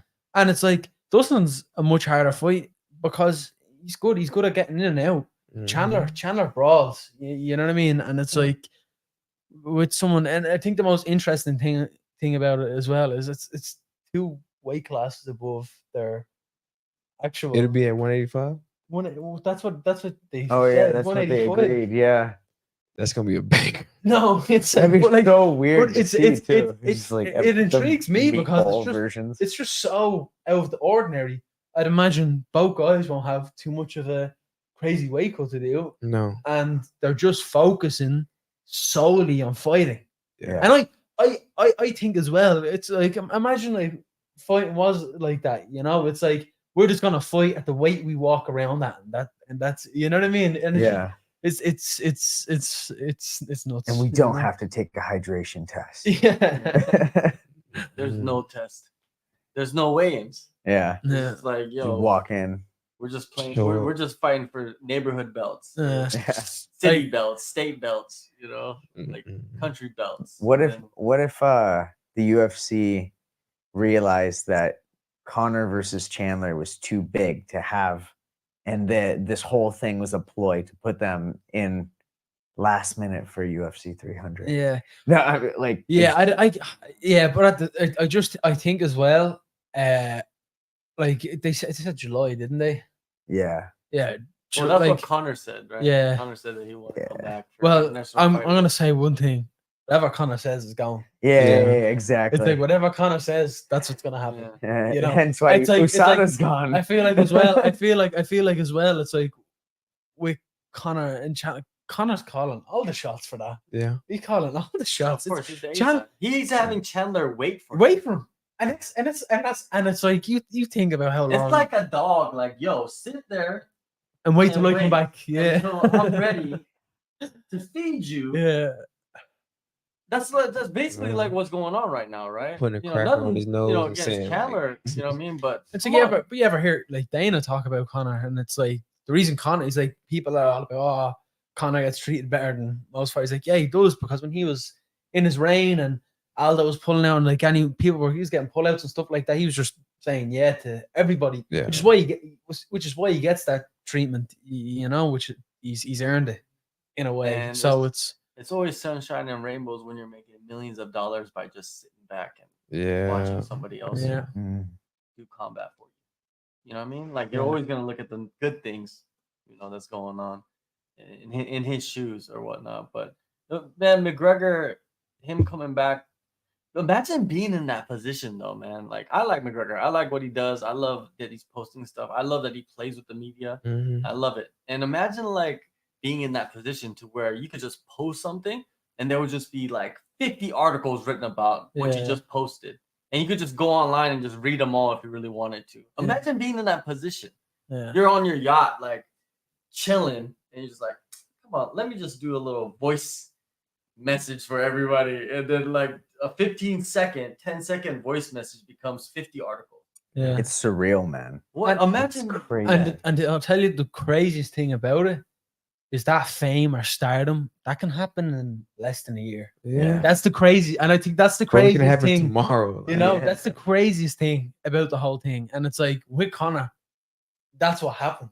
You know what I It mean? happened so fast. It happened so fast. It's like and that's another thing as well. It's like for me, it's like you get to now, as I said, like Connor's like I don't think anyone will get as big as him, but it's like he can't like, let's say, like, see the way like I'm coming over for a bit of training from Ireland, Mhm. move around with different guys. He doesn't have the, let's say, luxury to do that. Mhm. So it's like with that fame and stardom, I think like there comes, let's say, a price. You know, there's Pros and cons. pros and cons to it. Exactly. There's pros and cons.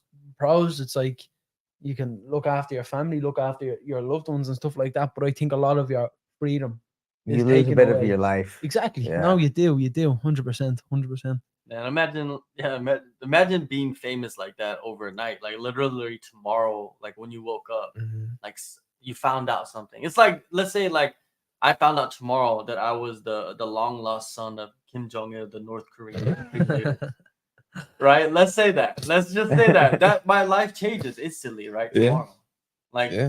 you know, you guys would have no idea. You guys, because here it's like you really don't care about the news. Yeah. Right. Right. Yeah. So like, but imagine that happening to me. That's Mhm. like at the level of fame that you'll get, because every news channel will be on you. Like they'll be Yeah. like, this dude's been in Phuket, like doing this, like they want to know the whole story. Your right? whole life is changing. Like, they're calling you guys because you guys are from like where I was training at. You know, like they're just trying to get any kind of story. Like, how was he? Who is he? What does he do? Like, you know, he was the meanest person ever. He hates her. But yeah, it'd be like that kind of thing, you know. And then I just like tweet out like, you know, bombs are cool. Yeah. You know, like something like that. Next year there's like a million articles on like, oh, the long lost son of not even that. Cool. They're going back 6 years looking at your tweets and stuff. So yeah.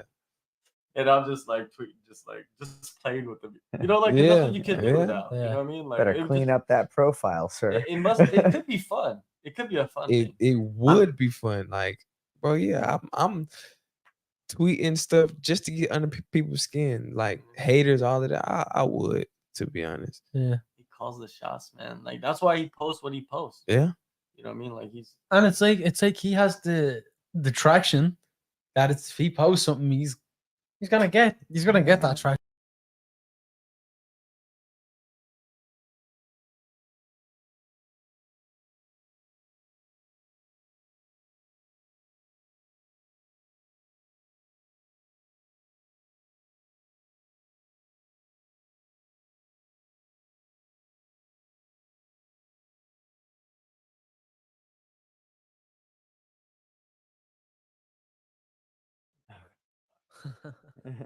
We still good. Let me put this camera back in here, and we will.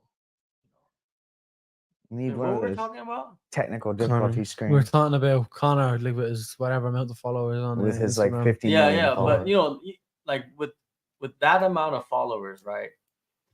But imagine being even like double famous. Imagine being like Kanye famous, like Cristiano Ronaldo famous. Yeah, like Ronaldo famous, or like Michael Jordan famous. Like Mike Tyson, like think about Mike Tyson famous. Yeah. Like that guy could go to like any airport in the world and probably somebody will recognize who he is, right? Just because, you know, either like they'll be like, oh, The Hangover, right? Or something. Something, right? Something like if they know about boxing and whatnot. But just like it would be crazy. But I think I would have fun. Like I have the personality where I'd be like, you gotta enjoy it. They gotta enjoy this, man, because you don't know when they're gonna take this away from you. Exactly. Just have some fun, you know. Make your friends laugh. Yeah. But if like in front of the world though, you know what I mean? That's pretty insane.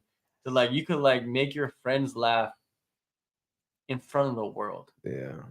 And you're rich enough to just take all your buddies with you wherever you want to go and shit. Like that's to be honest with you, that's the level of that's just the level of life that you'd like to live, right? Like you take your family, you could take whoever with you wherever you want to go. Yeah. You know what I mean? And then you don't have to worry about it. But I suppose if you're at a certain stage in your life of like, let's say you hit that stardom, for me, it's like, as you said, there's pros and cons, but it's like once my loved ones and my family are taken care of, my coaches are taken care of, so there's not much more else that exactly. Especially once you've built that legacy like 100%, Connor has, right? 100%. Like double champ, all that stuff. Like because it's crazy even now, like not having the most money or anything. It's like me personally, I don't want for anything besides, you know, the training and the fight. Yeah. Like I tell people this all the time. All I need is a TV, my Wi-Fi, and my game, and I'm good.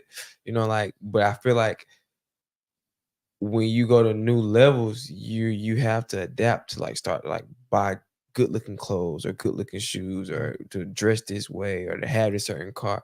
But even then, I just feel like you have to adapt it to who you are. But it makes me think of like, you ever see the meme where it's like Snoop Dogg is just like checking off side missions now? He's doing all the side missions, and it's like him like with like Martha Stewart or like him doing a voice acting or him like playing ball. And it's just like, I kind of like respect that with him or who else? Like there's a couple of those different guys that are they're just checking side missions. They're just like being normal people with money. Their life. Yeah. And they're just having the most fun. Yeah. Oh man, Snoop Dogg is an icon. Yeah. And he's made a living just being himself. Yeah. Like, he doesn't have to do anything. And anything. it's like you can't not respect that. Yeah. See, when like, and I find there's two types of people when like that amount of fame hits them. It's like they either change and put on this persona that just isn't themselves. But the people I have great respect for is the guys who kind of, let's say, have a certain amount of fame or whatever, and they stick to their morals and stick to their character. You know what I mean? It's like, this is me. It's like it, don't like it. This is me. It's like they're just doing the things that they wish they could have done when they were younger or something. Or like he was like, right. Well, what was on my list? So when I was a kid of like, when I grow up, I want to be, and it's like rapper, cool, race car driver.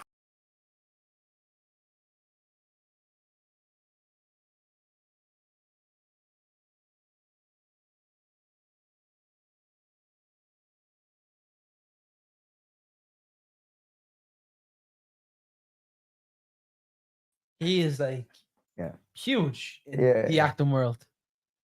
And like, talk about someone that like is themselves. Like he has like a Nokia phone, doesn't have social media, doesn't have anything like that. He's just like, he's like old school. Like, you know what I mean? It's like see, like them type of characters. I'm like, them type of characters. I'm like, nah, he's sick. You know, he's true to himself. He's true to himself, exactly. And he does not need to like put on a front or anything like that, because it's like most people that need to put on a front or try to be something that they're not. Usually, I don't want to say that they're ashamed of who they are, but it's maybe they dislike who they are or whatever like that. It's like the people that are like, this is the way I am. It's like those are the people that I'm like, sick. You know what I mean? People have more respect for that, I think. You know, if you're happy, you're successful, and you're content with the things that you've done in life, you're just whoever you are. Exactly.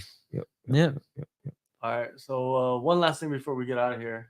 The UFC, right? They got rid of USADA, and now they have a new sample collection agency, which means like this company is collecting the samples and administering the tests, and and giving the results, right? But the weird thing, it's called Drug Free Sports International. They actually do the testing for everybody, like NFL, NBA, right? But nobody's on steroids in the NFL. Let's believe that. You know what I mean? But they're in control of the testing, right? So they get the tests, and then they give the results to this guy named George Pyro, who's a former FBI agent. I don't even know why that is even a requirement to be like a rep. I don't know exactly. I guess he's something, some kind of position there, right?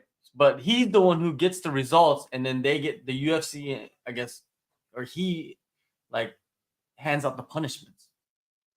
But the thing is, like, does that guy work for the UFC? Sounds like a lot of corruption to me. You know what I mean? Like it's like a lot of a bit like the possibility. There's a lot of like sounds like a movie massaging that could be done, right? With like results, right? Like let's say I test you 3, and let's say you're not listening to me. You know what I mean? And then you're not listening to me. You know what I mean? You don't want to take the fights that I want you to take. Yeah. I test you. There's this little bit of something. I make that little bit of something big of something, and then pop you. You're gone. Don't have to pay you nothing. Suspend you. Get out of here. Man. And then let's say you test positive, but you're our cash cow. Oh, cash cow. Exactly. Burn it, whatever, and then let's on to the next one. You know what I mean? Like that could, it's, we're just making things up, but I'm saying that could be something that could happen. Yeah. I mean, we don't know. You guys know MMA, man. Fight business. It's like there's so much corruption going on, right? Remember like, what happened where you're at. Well, remember what happened with Brock Lesnar? He tested positive before the fight, and they were just like, "Oh, we'll deal with it after the fight." Yeah. It's like, what are you talking about? Yeah. Maybe we're going back to the Wild West.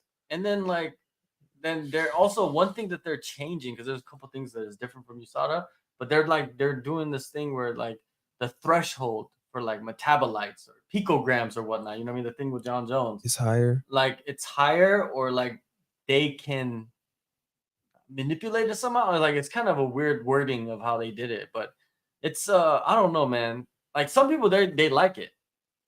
They like it. They like that, USADA's gone. They enjoyed the UFC before USADA more. Some people say that, right? This is a good question. let's start with Max, right? Should USADA champions be more respected than non-USADA champions? I don't think you can go by it like that. I feel like me personally, if I was under, let's say, USADA, I'd be like, and I was a champ, I think I'd be very proud of myself because I know I was getting regular testing and stuff like that. But like, if we look at the champs in the past and stuff, I don't respect, like, I'm not going like, oh, well, he wasn't a USADA champ, so like, he wasn't as good or something like that. Because our Mount Rushmore, a lot of them, or at least some of them, weren't under USADA. You know. Yeah, no, 100%. So yeah, I mean, I don't USADA or not, I don't think it takes away from the acclamation. What do you think? What do you think? Yeah. I don't think it even matters. I think it goes by the excitement of everything, because no matter what happens in the business aspect, it's about the fans. No matter what, and if I'm clean and I know I've been clean and I've been winning decisions, okay, and I made it, and I got my championship, okay, cool. But if I'm not clean and I've been passing tests and I've been knocking everybody out, it's like they're gonna love me more because I'm more excited. So it's I don't even think it's about being a champion anymore. It's about making your money and taking care of your family. Yeah, there, you know, there's two different ways of looking at it, right? There's like the people that are like, okay, I want to make money, and then there's the people who are like, oh, this is like a competition, and I want a championship. I want to be the best in the world type stuff, right? And you don't have to be the best in the world to be a champion, and necessarily just be that's what I'm exactly. You don't have to be the best in the world to be a champion necessarily, right? It's a lot of it's like being opportunistic, and then matchups, and you know, and even like you know, the promotion, right? The promotion, if they really enjoy you, you know, and like you, you know, they're gonna, of course, they're gonna put you in positions to make money and put yourself higher than you should. Because there's a list of champions that everybody's forgotten. Yeah. Huge list. Yes. Yeah. No. I can name champions right now. You guys will have no idea who that person is. UFC champions. You guys, even me, like maybe some of them I would be like, well, who? You know, like it just, you know, what about like Clint Sparks? Do you know what that is? No. Me either. I made it up. But hey, Sean Shirt. Yeah. Sean Shirt.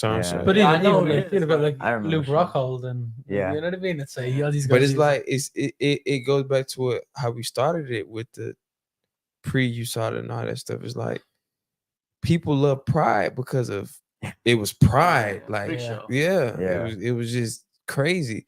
So it's like I think it goes back to the fans and what the fans want at the end of the day. What do you think? Like I think as well, it's like in every sport there's gonna be cheaters, gonna be dopers, you know what I mean? Like I always use that word. That word sounds better than PD users. Dopers, you know. But it's like even like all my family are cyclists, you know, and like you were talking about like so you've been around the world of doping. No, so no, but it's like you see it in every sport. Like for me, I think like I agree with a lot with Keith Jans. I think it's like a moral thing. If you know what I mean. It's like, but it's like me as a kid looking at Anderson Silva. You know what I mean. It's like I'm not gonna take him. He's the reason I kind of like start looking into MMA and stuff like that. So it's like a lot, like it's. I think anyone that has won a UFC championship, it's skill set majority of the time. You know, it is skill set majority of the time. But it's like I find once you get to that top level, I think it's them like 1% marginal gains. That's what makes that's what breaks the, let's say, top 10 to a champion. You know, so like let's say someone hasn't been necessarily doping their whole career, but they'll say they get to that top 10 and they're struggling to break that. It's like that's the little 1% things that they'll do to try to get it. But as well as that, it comes with the risk of getting popped, and then everything you've accomplished is just tainted. And it's like, do you want a tainted legacy or do you want a real pure legacy? But at the end of the day, you know? it's still not even tainted, because you look at TJ Dillashaw and you can say, oh yeah, he was on EPO and he had all this energy, but the what he introduced in that first fight, it's like, bro, nobody's ever did that. So it's like, and as well as that, it's like highlight reels live on as well. Yeah, you know what I mean. So much time to cultivate. Yeah. You know, it's just like we saw bits and pieces leading up to that, right? Like him kind of transforming his style, but then when he came out and did that, you're just like, he was one of my favorite fighters to watch of all time. When he was on his shit, like, you know, like to be honest with you, I don't really care if he was taking those things. Yeah, you know? I don't need like that's another thing. Us knowing like the realm of martial arts, we can be like, okay, yeah, he took it, whatever. But the people who don't know like how to train and how hard training is, and ESPN comes out and say, oh, John Jones got popped for doping, they'll be like, okay, like that didn't make him do a spinning elbow, or you know what I'm saying? Like, I think at least for me and everything, like for my own moral compass, I wouldn't ever want to, like, I wouldn't feel if I became a world champion, but I only did it on dope, like I wouldn't feel real. It wouldn't feel like I did 100%. it, right? But that doesn't want to be a doper. I don't want to be a doper. No, but at the same time, like I'm never gonna be like, oh well, you know, like any world champion that took, you know, that was a doper is like their skill set is still like way bloody.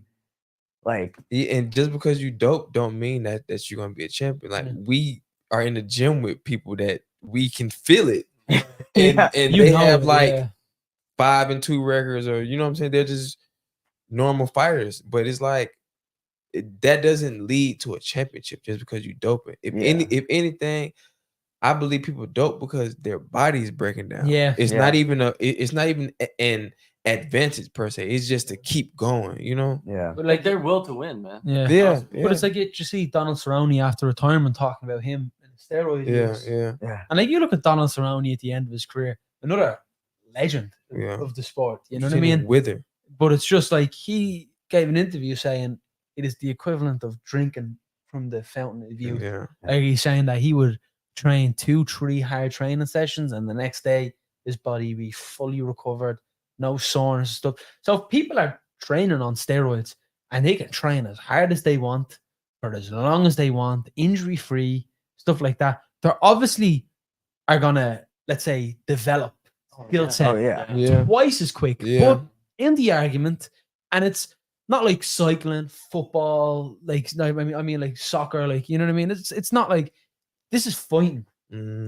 So it comes if you're taking steroids and you're taking performance enhancers, going in to hurt someone, it's different than finishing first in a bike race and scoring a goal. It's completely different. So it's like, if you're to ask me, it's like you were talking about like what the people want. It's like I feel like as well. It's like you could call it. Let's say it's like if I'm going in and I'm taking these substances that I could now you could potentially get severely hurt in a fight anyway. But it's like if someone is taking performance enhancers, the chances of that, let's say goes up a good bit. You know what I mean? They look at like Michael Bisping and Vitor Belfort. He loses eyesight in an eye. You know what I mean? And he's juiced up, and you look at Vitor. There's no real kind of consequence. He might get a ban or something like that. You know, so it's another kind of I'd say pros and cons of it. Do I think it should be, let's say, like as you were talking about, like there's favoritism and all. In my opinion, there's always going to be guys like that in every sport in the world, no matter what. And it's like the more you try to get rid of it, there's going to be guys popping up here and there, and it's just like people are like, how can we 100% prevent this? The truth is, you never will. You never will. You know. And the scariest part about it is, like for me, my last fight, I'm fighting him, and I'm like, bro, he's on gear. Like I feel it. Like I'm like, bro, this dude is on gear. And it makes you think, like, bro, if everybody's on gear and I'm not, like it kind of makes you want to get on it because you're like, dang, bro, like everybody's doing it, getting away with it. But it makes me feel even more special when I'm natural and beating guys on gear. But it's still like it's still like that extra push that you have to give because, bro, these guys, they have an edge, and it may not be mentally or skill, but bro, if you turn your body into a brick, you still have to break down that brick, you know? Yeah. So it's crazy now. Yeah, no, but it's like, and I'll always say this is what I'm doing right now. But of course, there's gonna be at some stage a life after fighting. Yeah, And that's what you need to look at too. Yeah. It's like, Yeah, man. am I gonna put all these substances in my body and then in my 50s and 60s just break down from it? Yeah. You know what I mean? So like, it's just like you weigh up your risks, you know. But it's like, I think don't about want to it be. all the time. Man. Yeah. Like I don't want. Like I refuse to end up with CTE at the end of this. Like. Yeah. If you're taking steroids, PEDs, like early in your career, right? I don't think you have the goal of going and becoming a champion, to be honest with you. Because like you go to like these big promotions, you can't just be on steroids all the time. Like you gotta be smart with it, or you gotta have enough money to like have stuff that they cannot detect yet. You know what I mean? Stuff like that, right? But if you're at the low level taking gear, PD, whatever, that's just disaster for you. Unless you're just gonna think, okay, I'm gonna go fight in these promotions where they don't test anybody, and I'm gonna make my money that way. Because I think there's fighters like that nowadays too. Yes. Yeah. Yes. They're not even thinking about the UFC. They're not thinking about PFL or Bellator or whatever. If it happens, it happens. But if it doesn't, I'm just gonna go fight at these like in Europe or whatnot, just traveling all over the place.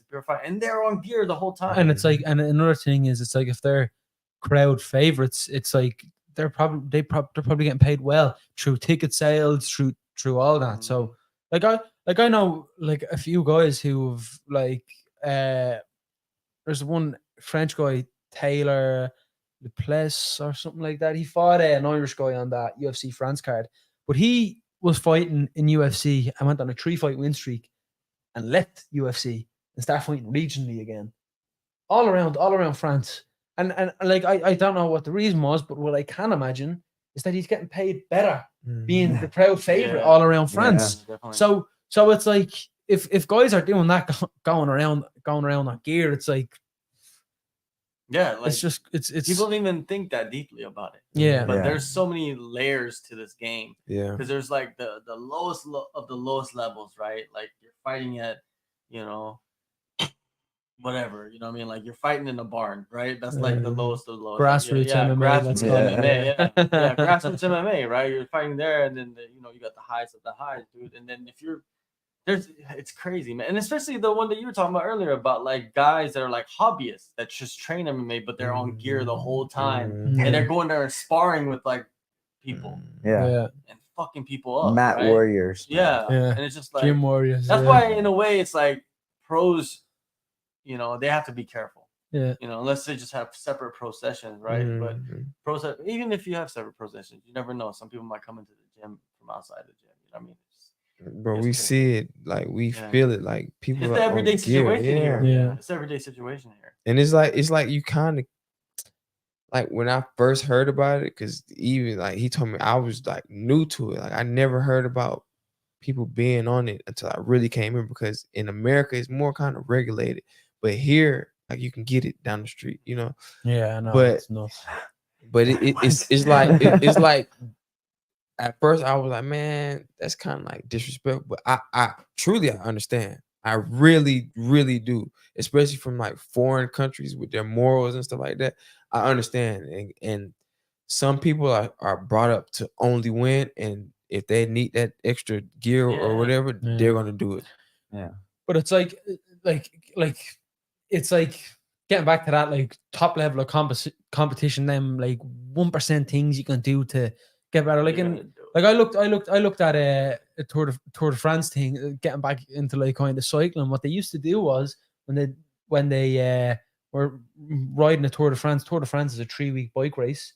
They cover all the French Alps. It's a tough race, but what they used to do was before, let's say, a race, they would withdraw a pint of blood, and after, let's say, they have one recovery day, they ride for 6 days, and let's say they rest on a Sunday, they put the fresh blood back into them to oxygenate their blood doping, it's called, Like that's what they used to do. So it's like little things Is like that that. legal? It's Oh, illegal. yeah, It's illegal. it's illegal now. Completely But back then it was still illegal back then. But they still did it. Yeah. You know what I Everybody mean? did. Every team did it. Yeah. Like when Lance Armstrong got popped, he was first, right? Then they started test. They went back and Yeah, tested didn't everybody they, else. like- The 16th person that won the race was first place now. Yeah. Think about Yeah. 15 people in front of The him. They entire all top got- 15 of Yeah. the UFC just poof, Yeah, that's what I'm gone. saying. And that's Yeah. that's what it's like. It's like top 15 UFC just gone boom. Imagine Yeah. that. So how do you even test for blood doping? Like this is insane, Yeah. bro. Like, But like Well, that's did you watch Icarus? yeah. Did you ever watch Icarus? No. Oh man, Oh, Icarus. watch that. That Yeah. It's a explains great- the whole yeah. thing, man. Like, Have you Yeah, watched- gotta watch Did you Icarus. watch the Tour de France Unchained on Netflix? No. No. Oh. you've been telling me to watch. I gotta watch Yeah, that too. I gotta- This and it shows you an insight in on like a different sport, you know, like a different, let's say, type of toughness. Let's say, you know, it's really good. But I always love looking at athletes from other sports and finding similarities in them and myself. Does that make sense? Yeah, especially mental. Yeah, you know what I Yeah. mean. It's I always enjoy doing that. So like I could watch things on rugby, whatever it might be, you know, and like I like to pick out the similarities in other athletes, and it's like where are they different and where are we similar? You know, Yeah.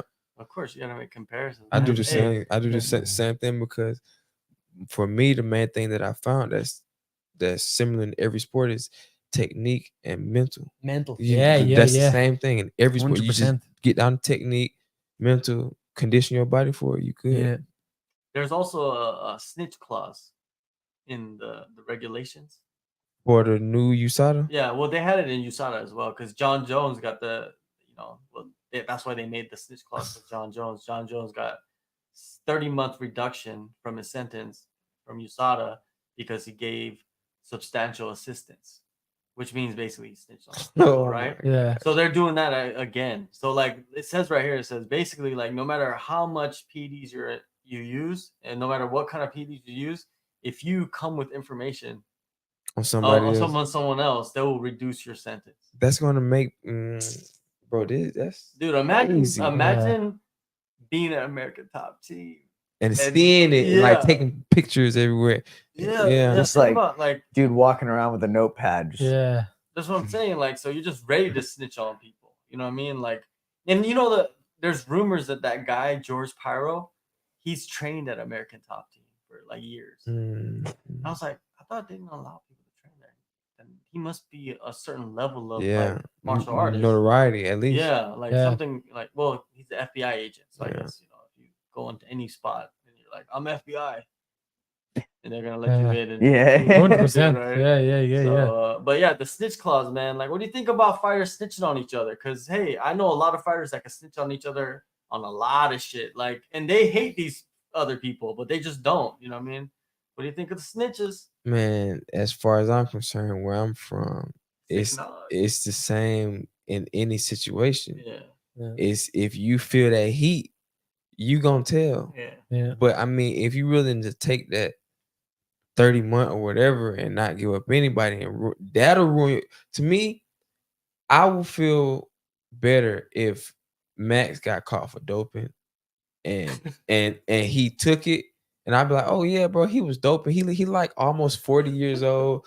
Yeah, bro, he was on his last leg. Yeah, bro, yeah, whatever. Instead of him being 38 and snitching saying, Keith did it too. Yeah. Like, bro, Yeah. come on, bro. Like, But I feel like I feel like though it's like with I thought it was gonna end up you like dead or something. It's like, what's going on? First of all, stuff. But I feel like it's like with athletes, one thing athletes have in common, they'll do what's best for them. yeah. yeah, They'll do what's best for them, and it's like Yo, imagine like some of these young kids that come in here all the time and train, and the Mhm. kids that are like here pretty often, Mhm. they're like 16, 15, 17, whatever. But imagine like knowing them at that age and like training with them and seeing them grow. And next thing you know, you see them when they're like 20 and you know that they're on steroids. Yeah. yeah. Yeah. You know what I mean? You're just like, come on. ADCC. You're just like, Yeah. what the hell? Yeah. Bro, ADCC is a prime example. Yeah, I know. Everybody's Yeah. juiced. Yeah. So it's like, Yeah. And it's like the funny thing about it is no one like even like no, No, one- they yeah, don't care. no one cares. It's just like, yo, they're like talking about it probably with each other. Yeah, Like, yo, it's what are like- you taking this? Yeah. But how much would be in an ADCC bracket? It depends on the 16. That's what I was Yeah. about to say. 16. I just wanted to make I sure. think that's a hard. I think it'd probably be really hard to do it without steroids. but still, you see how everybody does it. Everybody's fine with it. Everybody's fine with competing Yeah. because they Yeah. know like it's equal. Should MMA be like that? Nah, bro, it's CTE. It's different. It's different Yeah, because man. it's like I don't want to get. you're not I don't want to get hit. by in somebody on- jiu-jitsu, you know, like you're getting slammed and stuff like that, especially in like the ADCC rule set. That is nothing like getting hit to the head. That's nothing like getting hit to the head. Yeah, And that's the primary whatever about jiu-jitsu and, Yeah, and all that. it's the MMA is Yeah. different. and in 4-ounce gloves. Yeah. What about when the ref is like really letting the dudes fight, Oh man. Yeah. and they're just like, he's one of the toughest bastards in the world. Like he's taking 20 unanswered shots. Yeah. Like Man, anytime like- you ever hear like them talk about the Tough. toughness, you're like, that guy's getting his ass Yeah. whooped. Like, and just surviving, you know what I mean? Somehow. But even if you look at like that stoppage with Jalen Turner and Bobby Green, like you look at that stoppage, right? And that just gives you an insight of like that stoppage about 10, 15 seconds too long. Yeah. You know what I mean? And it's like put into perspective, both guys are on steroids, PDs, whatever it might be.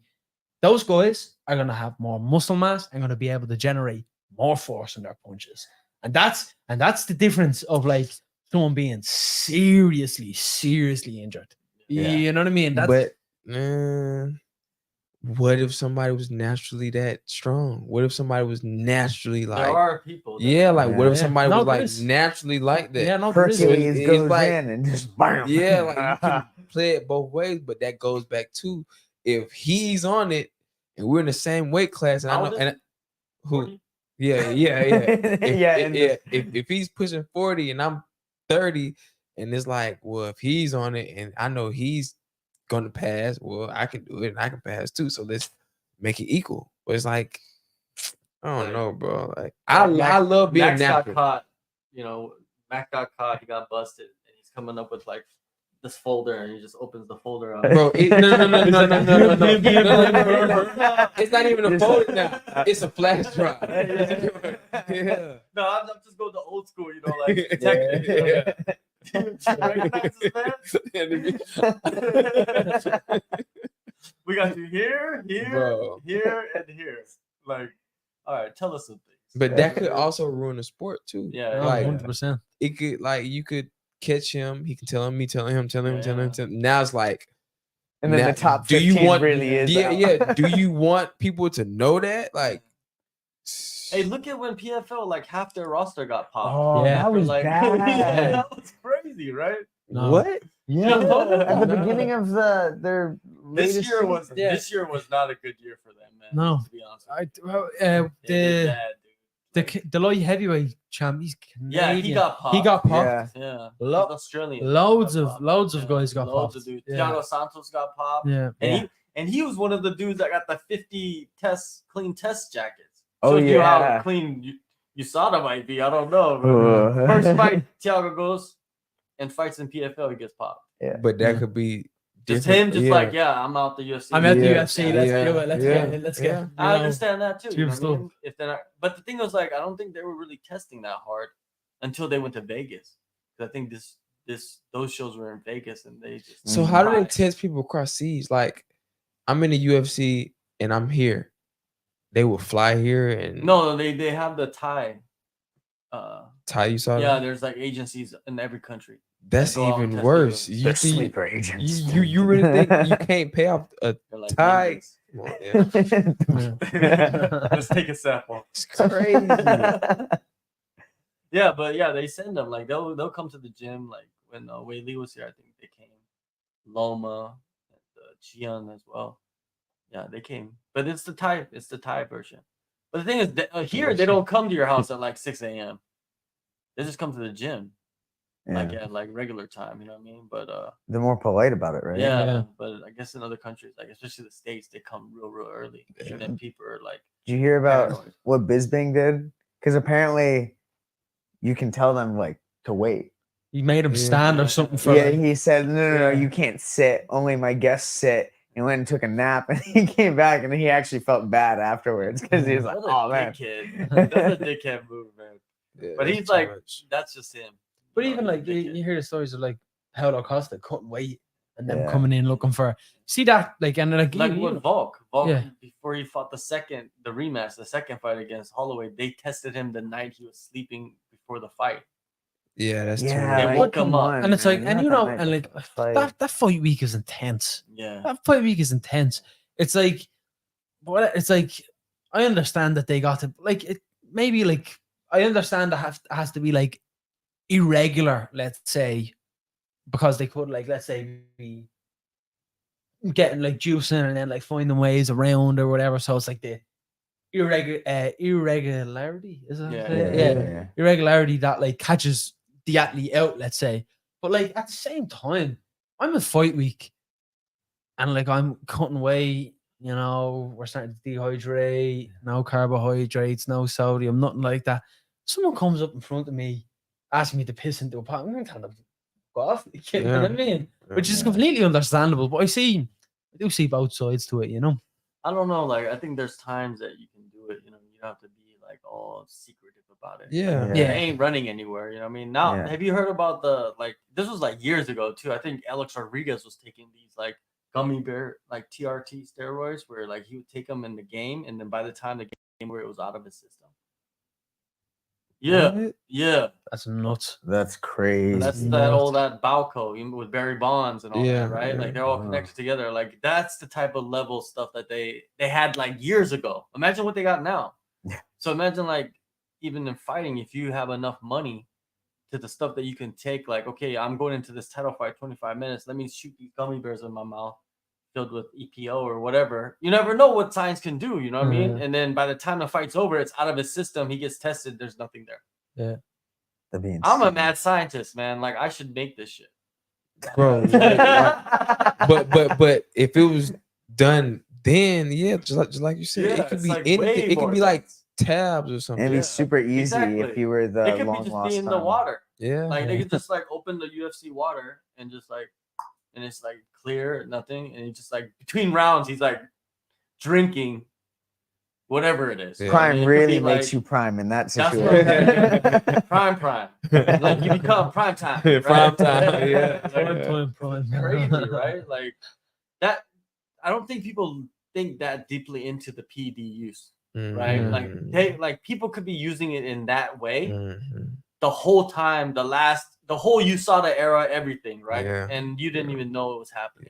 Yeah. Because why? Why would you go around revealing secrets, right? Like that's like, Yeah. you know, Rodriguez and Bonds. And They're all gonna that. take that to their deathbed. Oh, why? Yeah, Yeah. of course you're gonna take it to your deathbed because that's the stuff that's gonna make you the money, man. Like that's you know, PDs. Of course, you don't want that in the game at all, but it's like you have to understand it.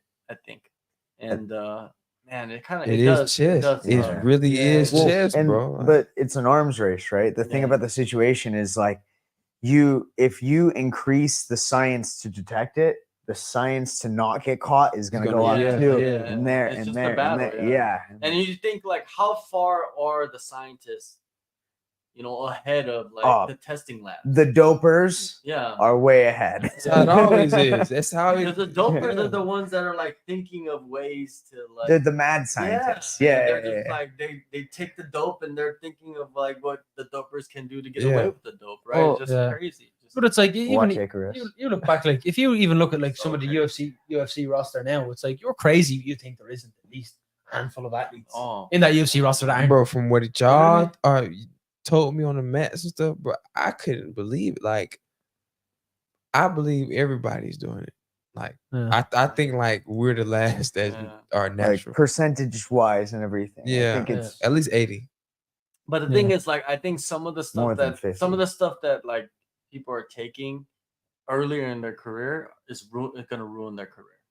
Yeah. That stuff is gonna, like, if you don't continue taking it, because once you get to like certain But leagues he's where they're not- yeah. testing, And you can't get away with it anymore. Yeah. You have to quit it, and now you don't have that. Like once you get in, you get exposed, man, or you start taking other things which cost much more money. Yeah. You know what I mean, it's like I think it just ruined your career mostly, Yeah. right? Because you just can't keep upkeep. There's got to be upkeep, right? Like when you take Yeah. like, because I looked into taking HGH Mhm. and TRT, right? Mhm. Like that's like the secret combo. Well, it's not Yeah. even secret. It's like the real combo of Yeah. like what men in their 40s would take, and then they would be back to their 20s again, Yeah. right? So I looked into that, and I was just like, man, I was scared of all the like the side effects, What were the side effects? like enlarged heart. Like that scared me. I was like, I don't want no Yeah. enlarged heart, man. Like heart attack, Yeah.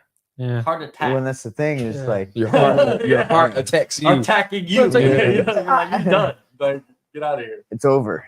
But Yeah.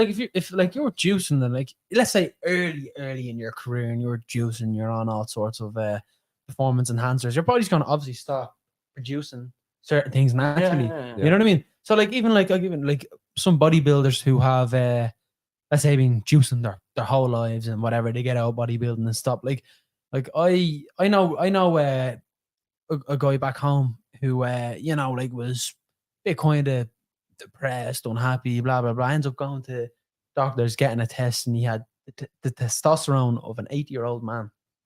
This is why he's so down and stuff. They gave him 8-year-old? 80. 80. Oh, I was like 80, 8-year-old. yeah. Man. I was like, damn, Usually with us Irish, they don't hear us pronounce that like O's too well. So Yeah. 80. Yeah. But yeah, so it's like he goes on a bit of TRT and he's back to himself, like, you know. But it's like the body should be able to produce that right up until you're 80, and once you hit 80, you're like, okay, fair enough. Stuff starts to slow down, but it's just like for that reason, it's like if you like want to like, fuck yourself up, let's say, it's just like you have to weigh up. It's like, is it worth it? Is it not worth it? It's like, in my opinion, there's a life beyond fighting, and it's like I don't want to break down. Let's say when I'm 50, 60 years of age, retired, you know, I want to go do different things, go, you know what I mean? So it's like, imagine being in a position where you can't, you know, like it's No, because you'll be on the gear until you die. yeah, Yeah. Because you'll be trying to upkeep like what Which will shorten your life. the Yeah, damage it'll that you've shorten your done. life, Yeah. It ruin your career, ruin your life. You know what I mean?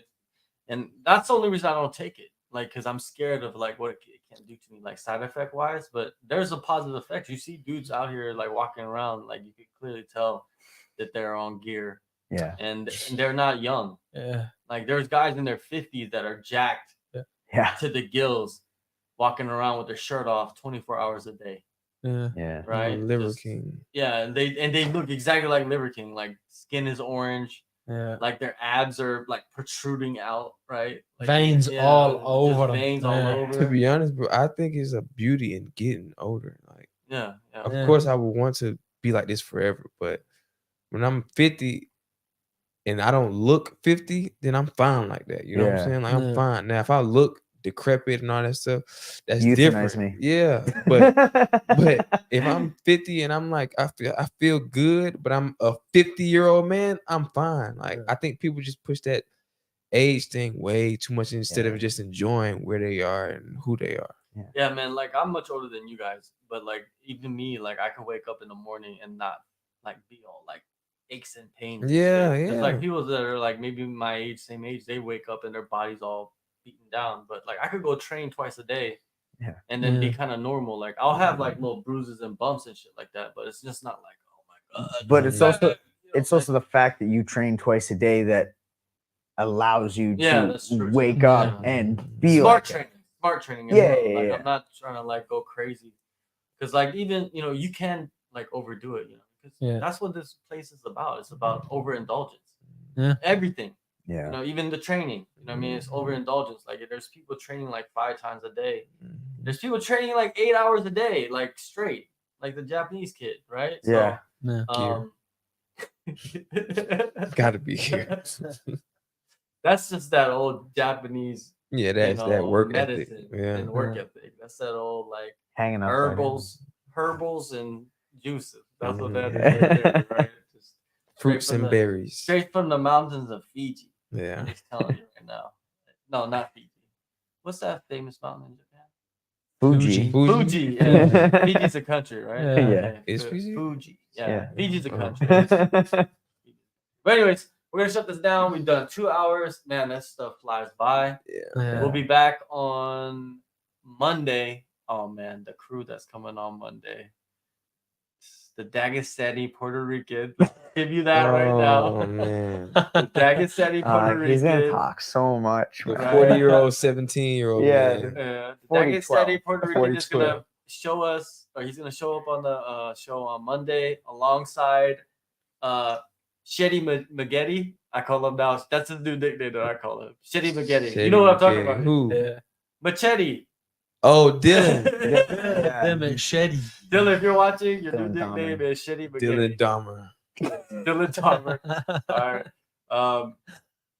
And then Musa. And you know Musa. Musa, Right? yeah. That's Yeah, like, legend. he's the gym's David Goggins. Yeah. Yes. That's who Yeah. he is now. He's the gym. He's the David Goggins of Bangtao. Yeah. Yeah. Right. When you see him, go follow him. Check him out. But he'll be on the show on Monday, and then hopefully we'll have one next Thursday as well. The guest list is not confirmed, but we'll be back Monday. Everybody, go download the app and yeah, be safe and